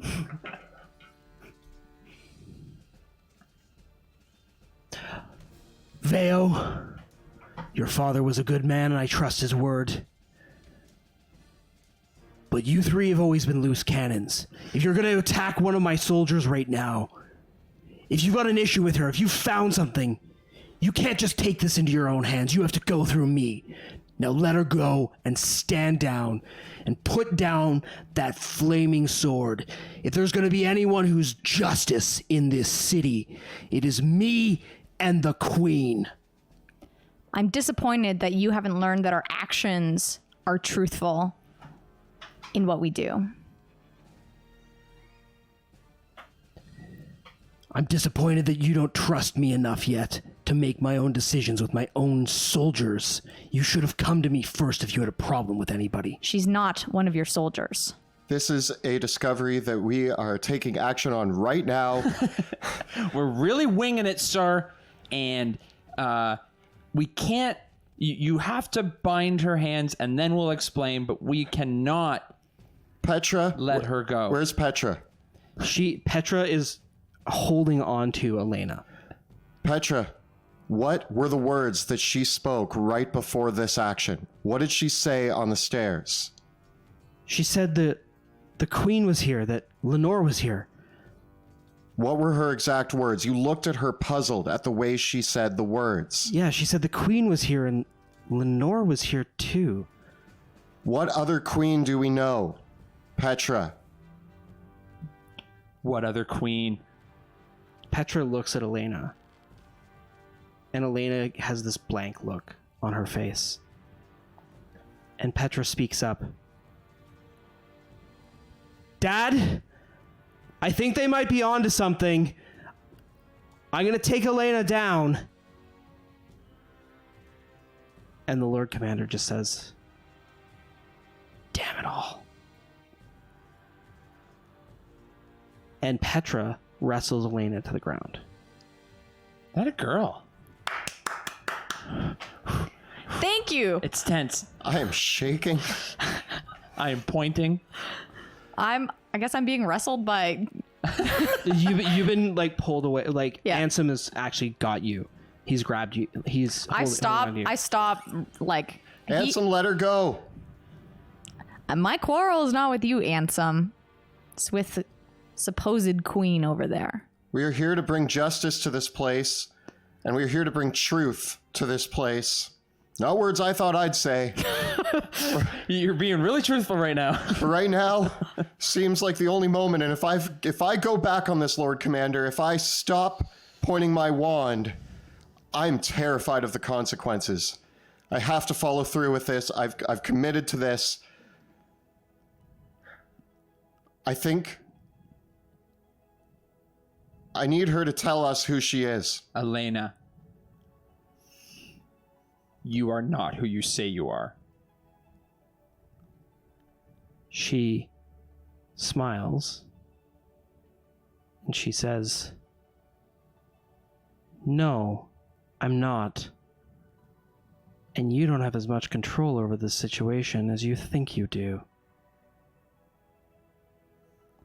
What? I'm freaking out here, Pluto. I'm freaking out. Just keep pointing. Okay. Just keep pointing. It's really confident. There's going to be a knock at the door any moment now. Oh, God.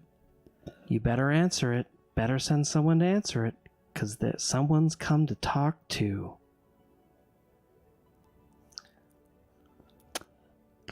I just wanted to make sure I was here for the fireworks. Wait, what? Pardon? There's a knock at the door of the Grand Cathedral. What is it? Who is it? Fireworks. Guys, I'm gonna go answer it. Is she gonna... Pluto, is the fireworks the bomb? I don't know, but I'm pretty sure it is. I go to the door. After kind of like shaking off Ansem. And I open it. You open the door, and there is a crowd of people outside. Normal-looking people with shards of delirium in their chests. And in front of you, as you open the door, is the plain face of Lucretia Matthias. I shut the door. Vale, what is it? We don't want any. We don't want any. The queen may not be our biggest problem right now. What do you mean? Just saying.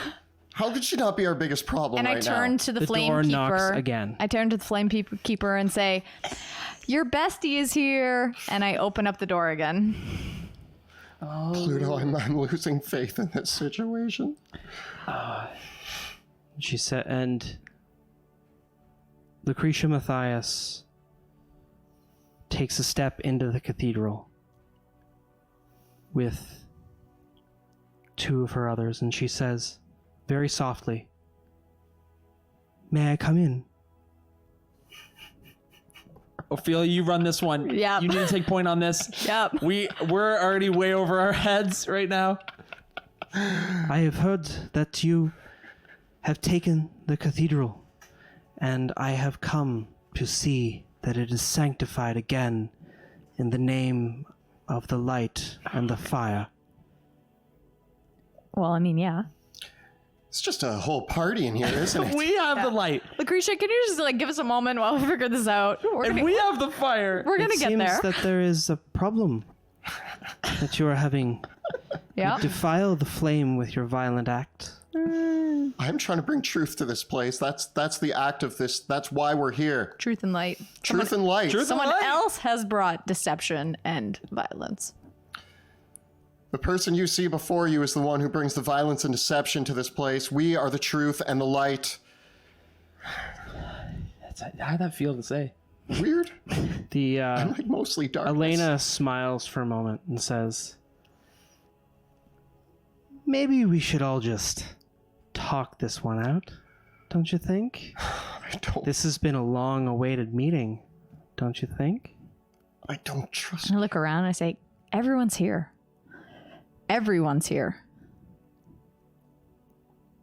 Yeah, everyone was there when Oscar Yorn was there too, and he just teleported the hell out of there. Mm-hmm. But I look at Veo and I take my foot off of her, but I keep my wand pointed at her and I back up.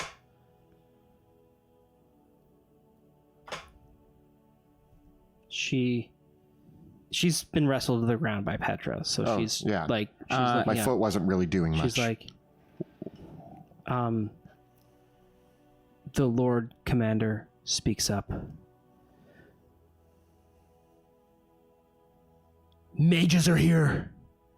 The Amethyst Academy, the Silver Order, these pilgrims. We've all come here to the Grand Cathedral because we want something. We all want this city to be what it was in the name of the Von Kessels, Drakkenheim, Westamar, and the Light.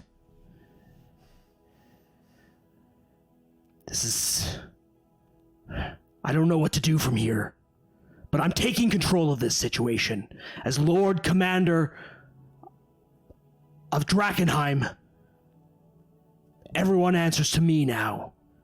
We're just gonna talk and put down all the weapons, all right?" sounds good. I mean, keep her under wraps, but yeah. "Keep her apprehended. You," he points at the Knight Captain, "and you all got a bunch of problems to work out here.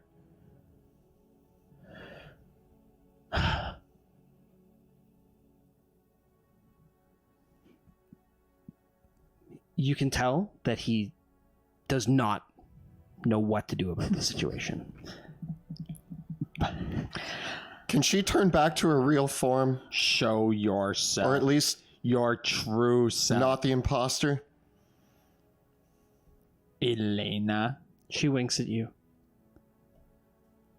"I've got nothing to hide."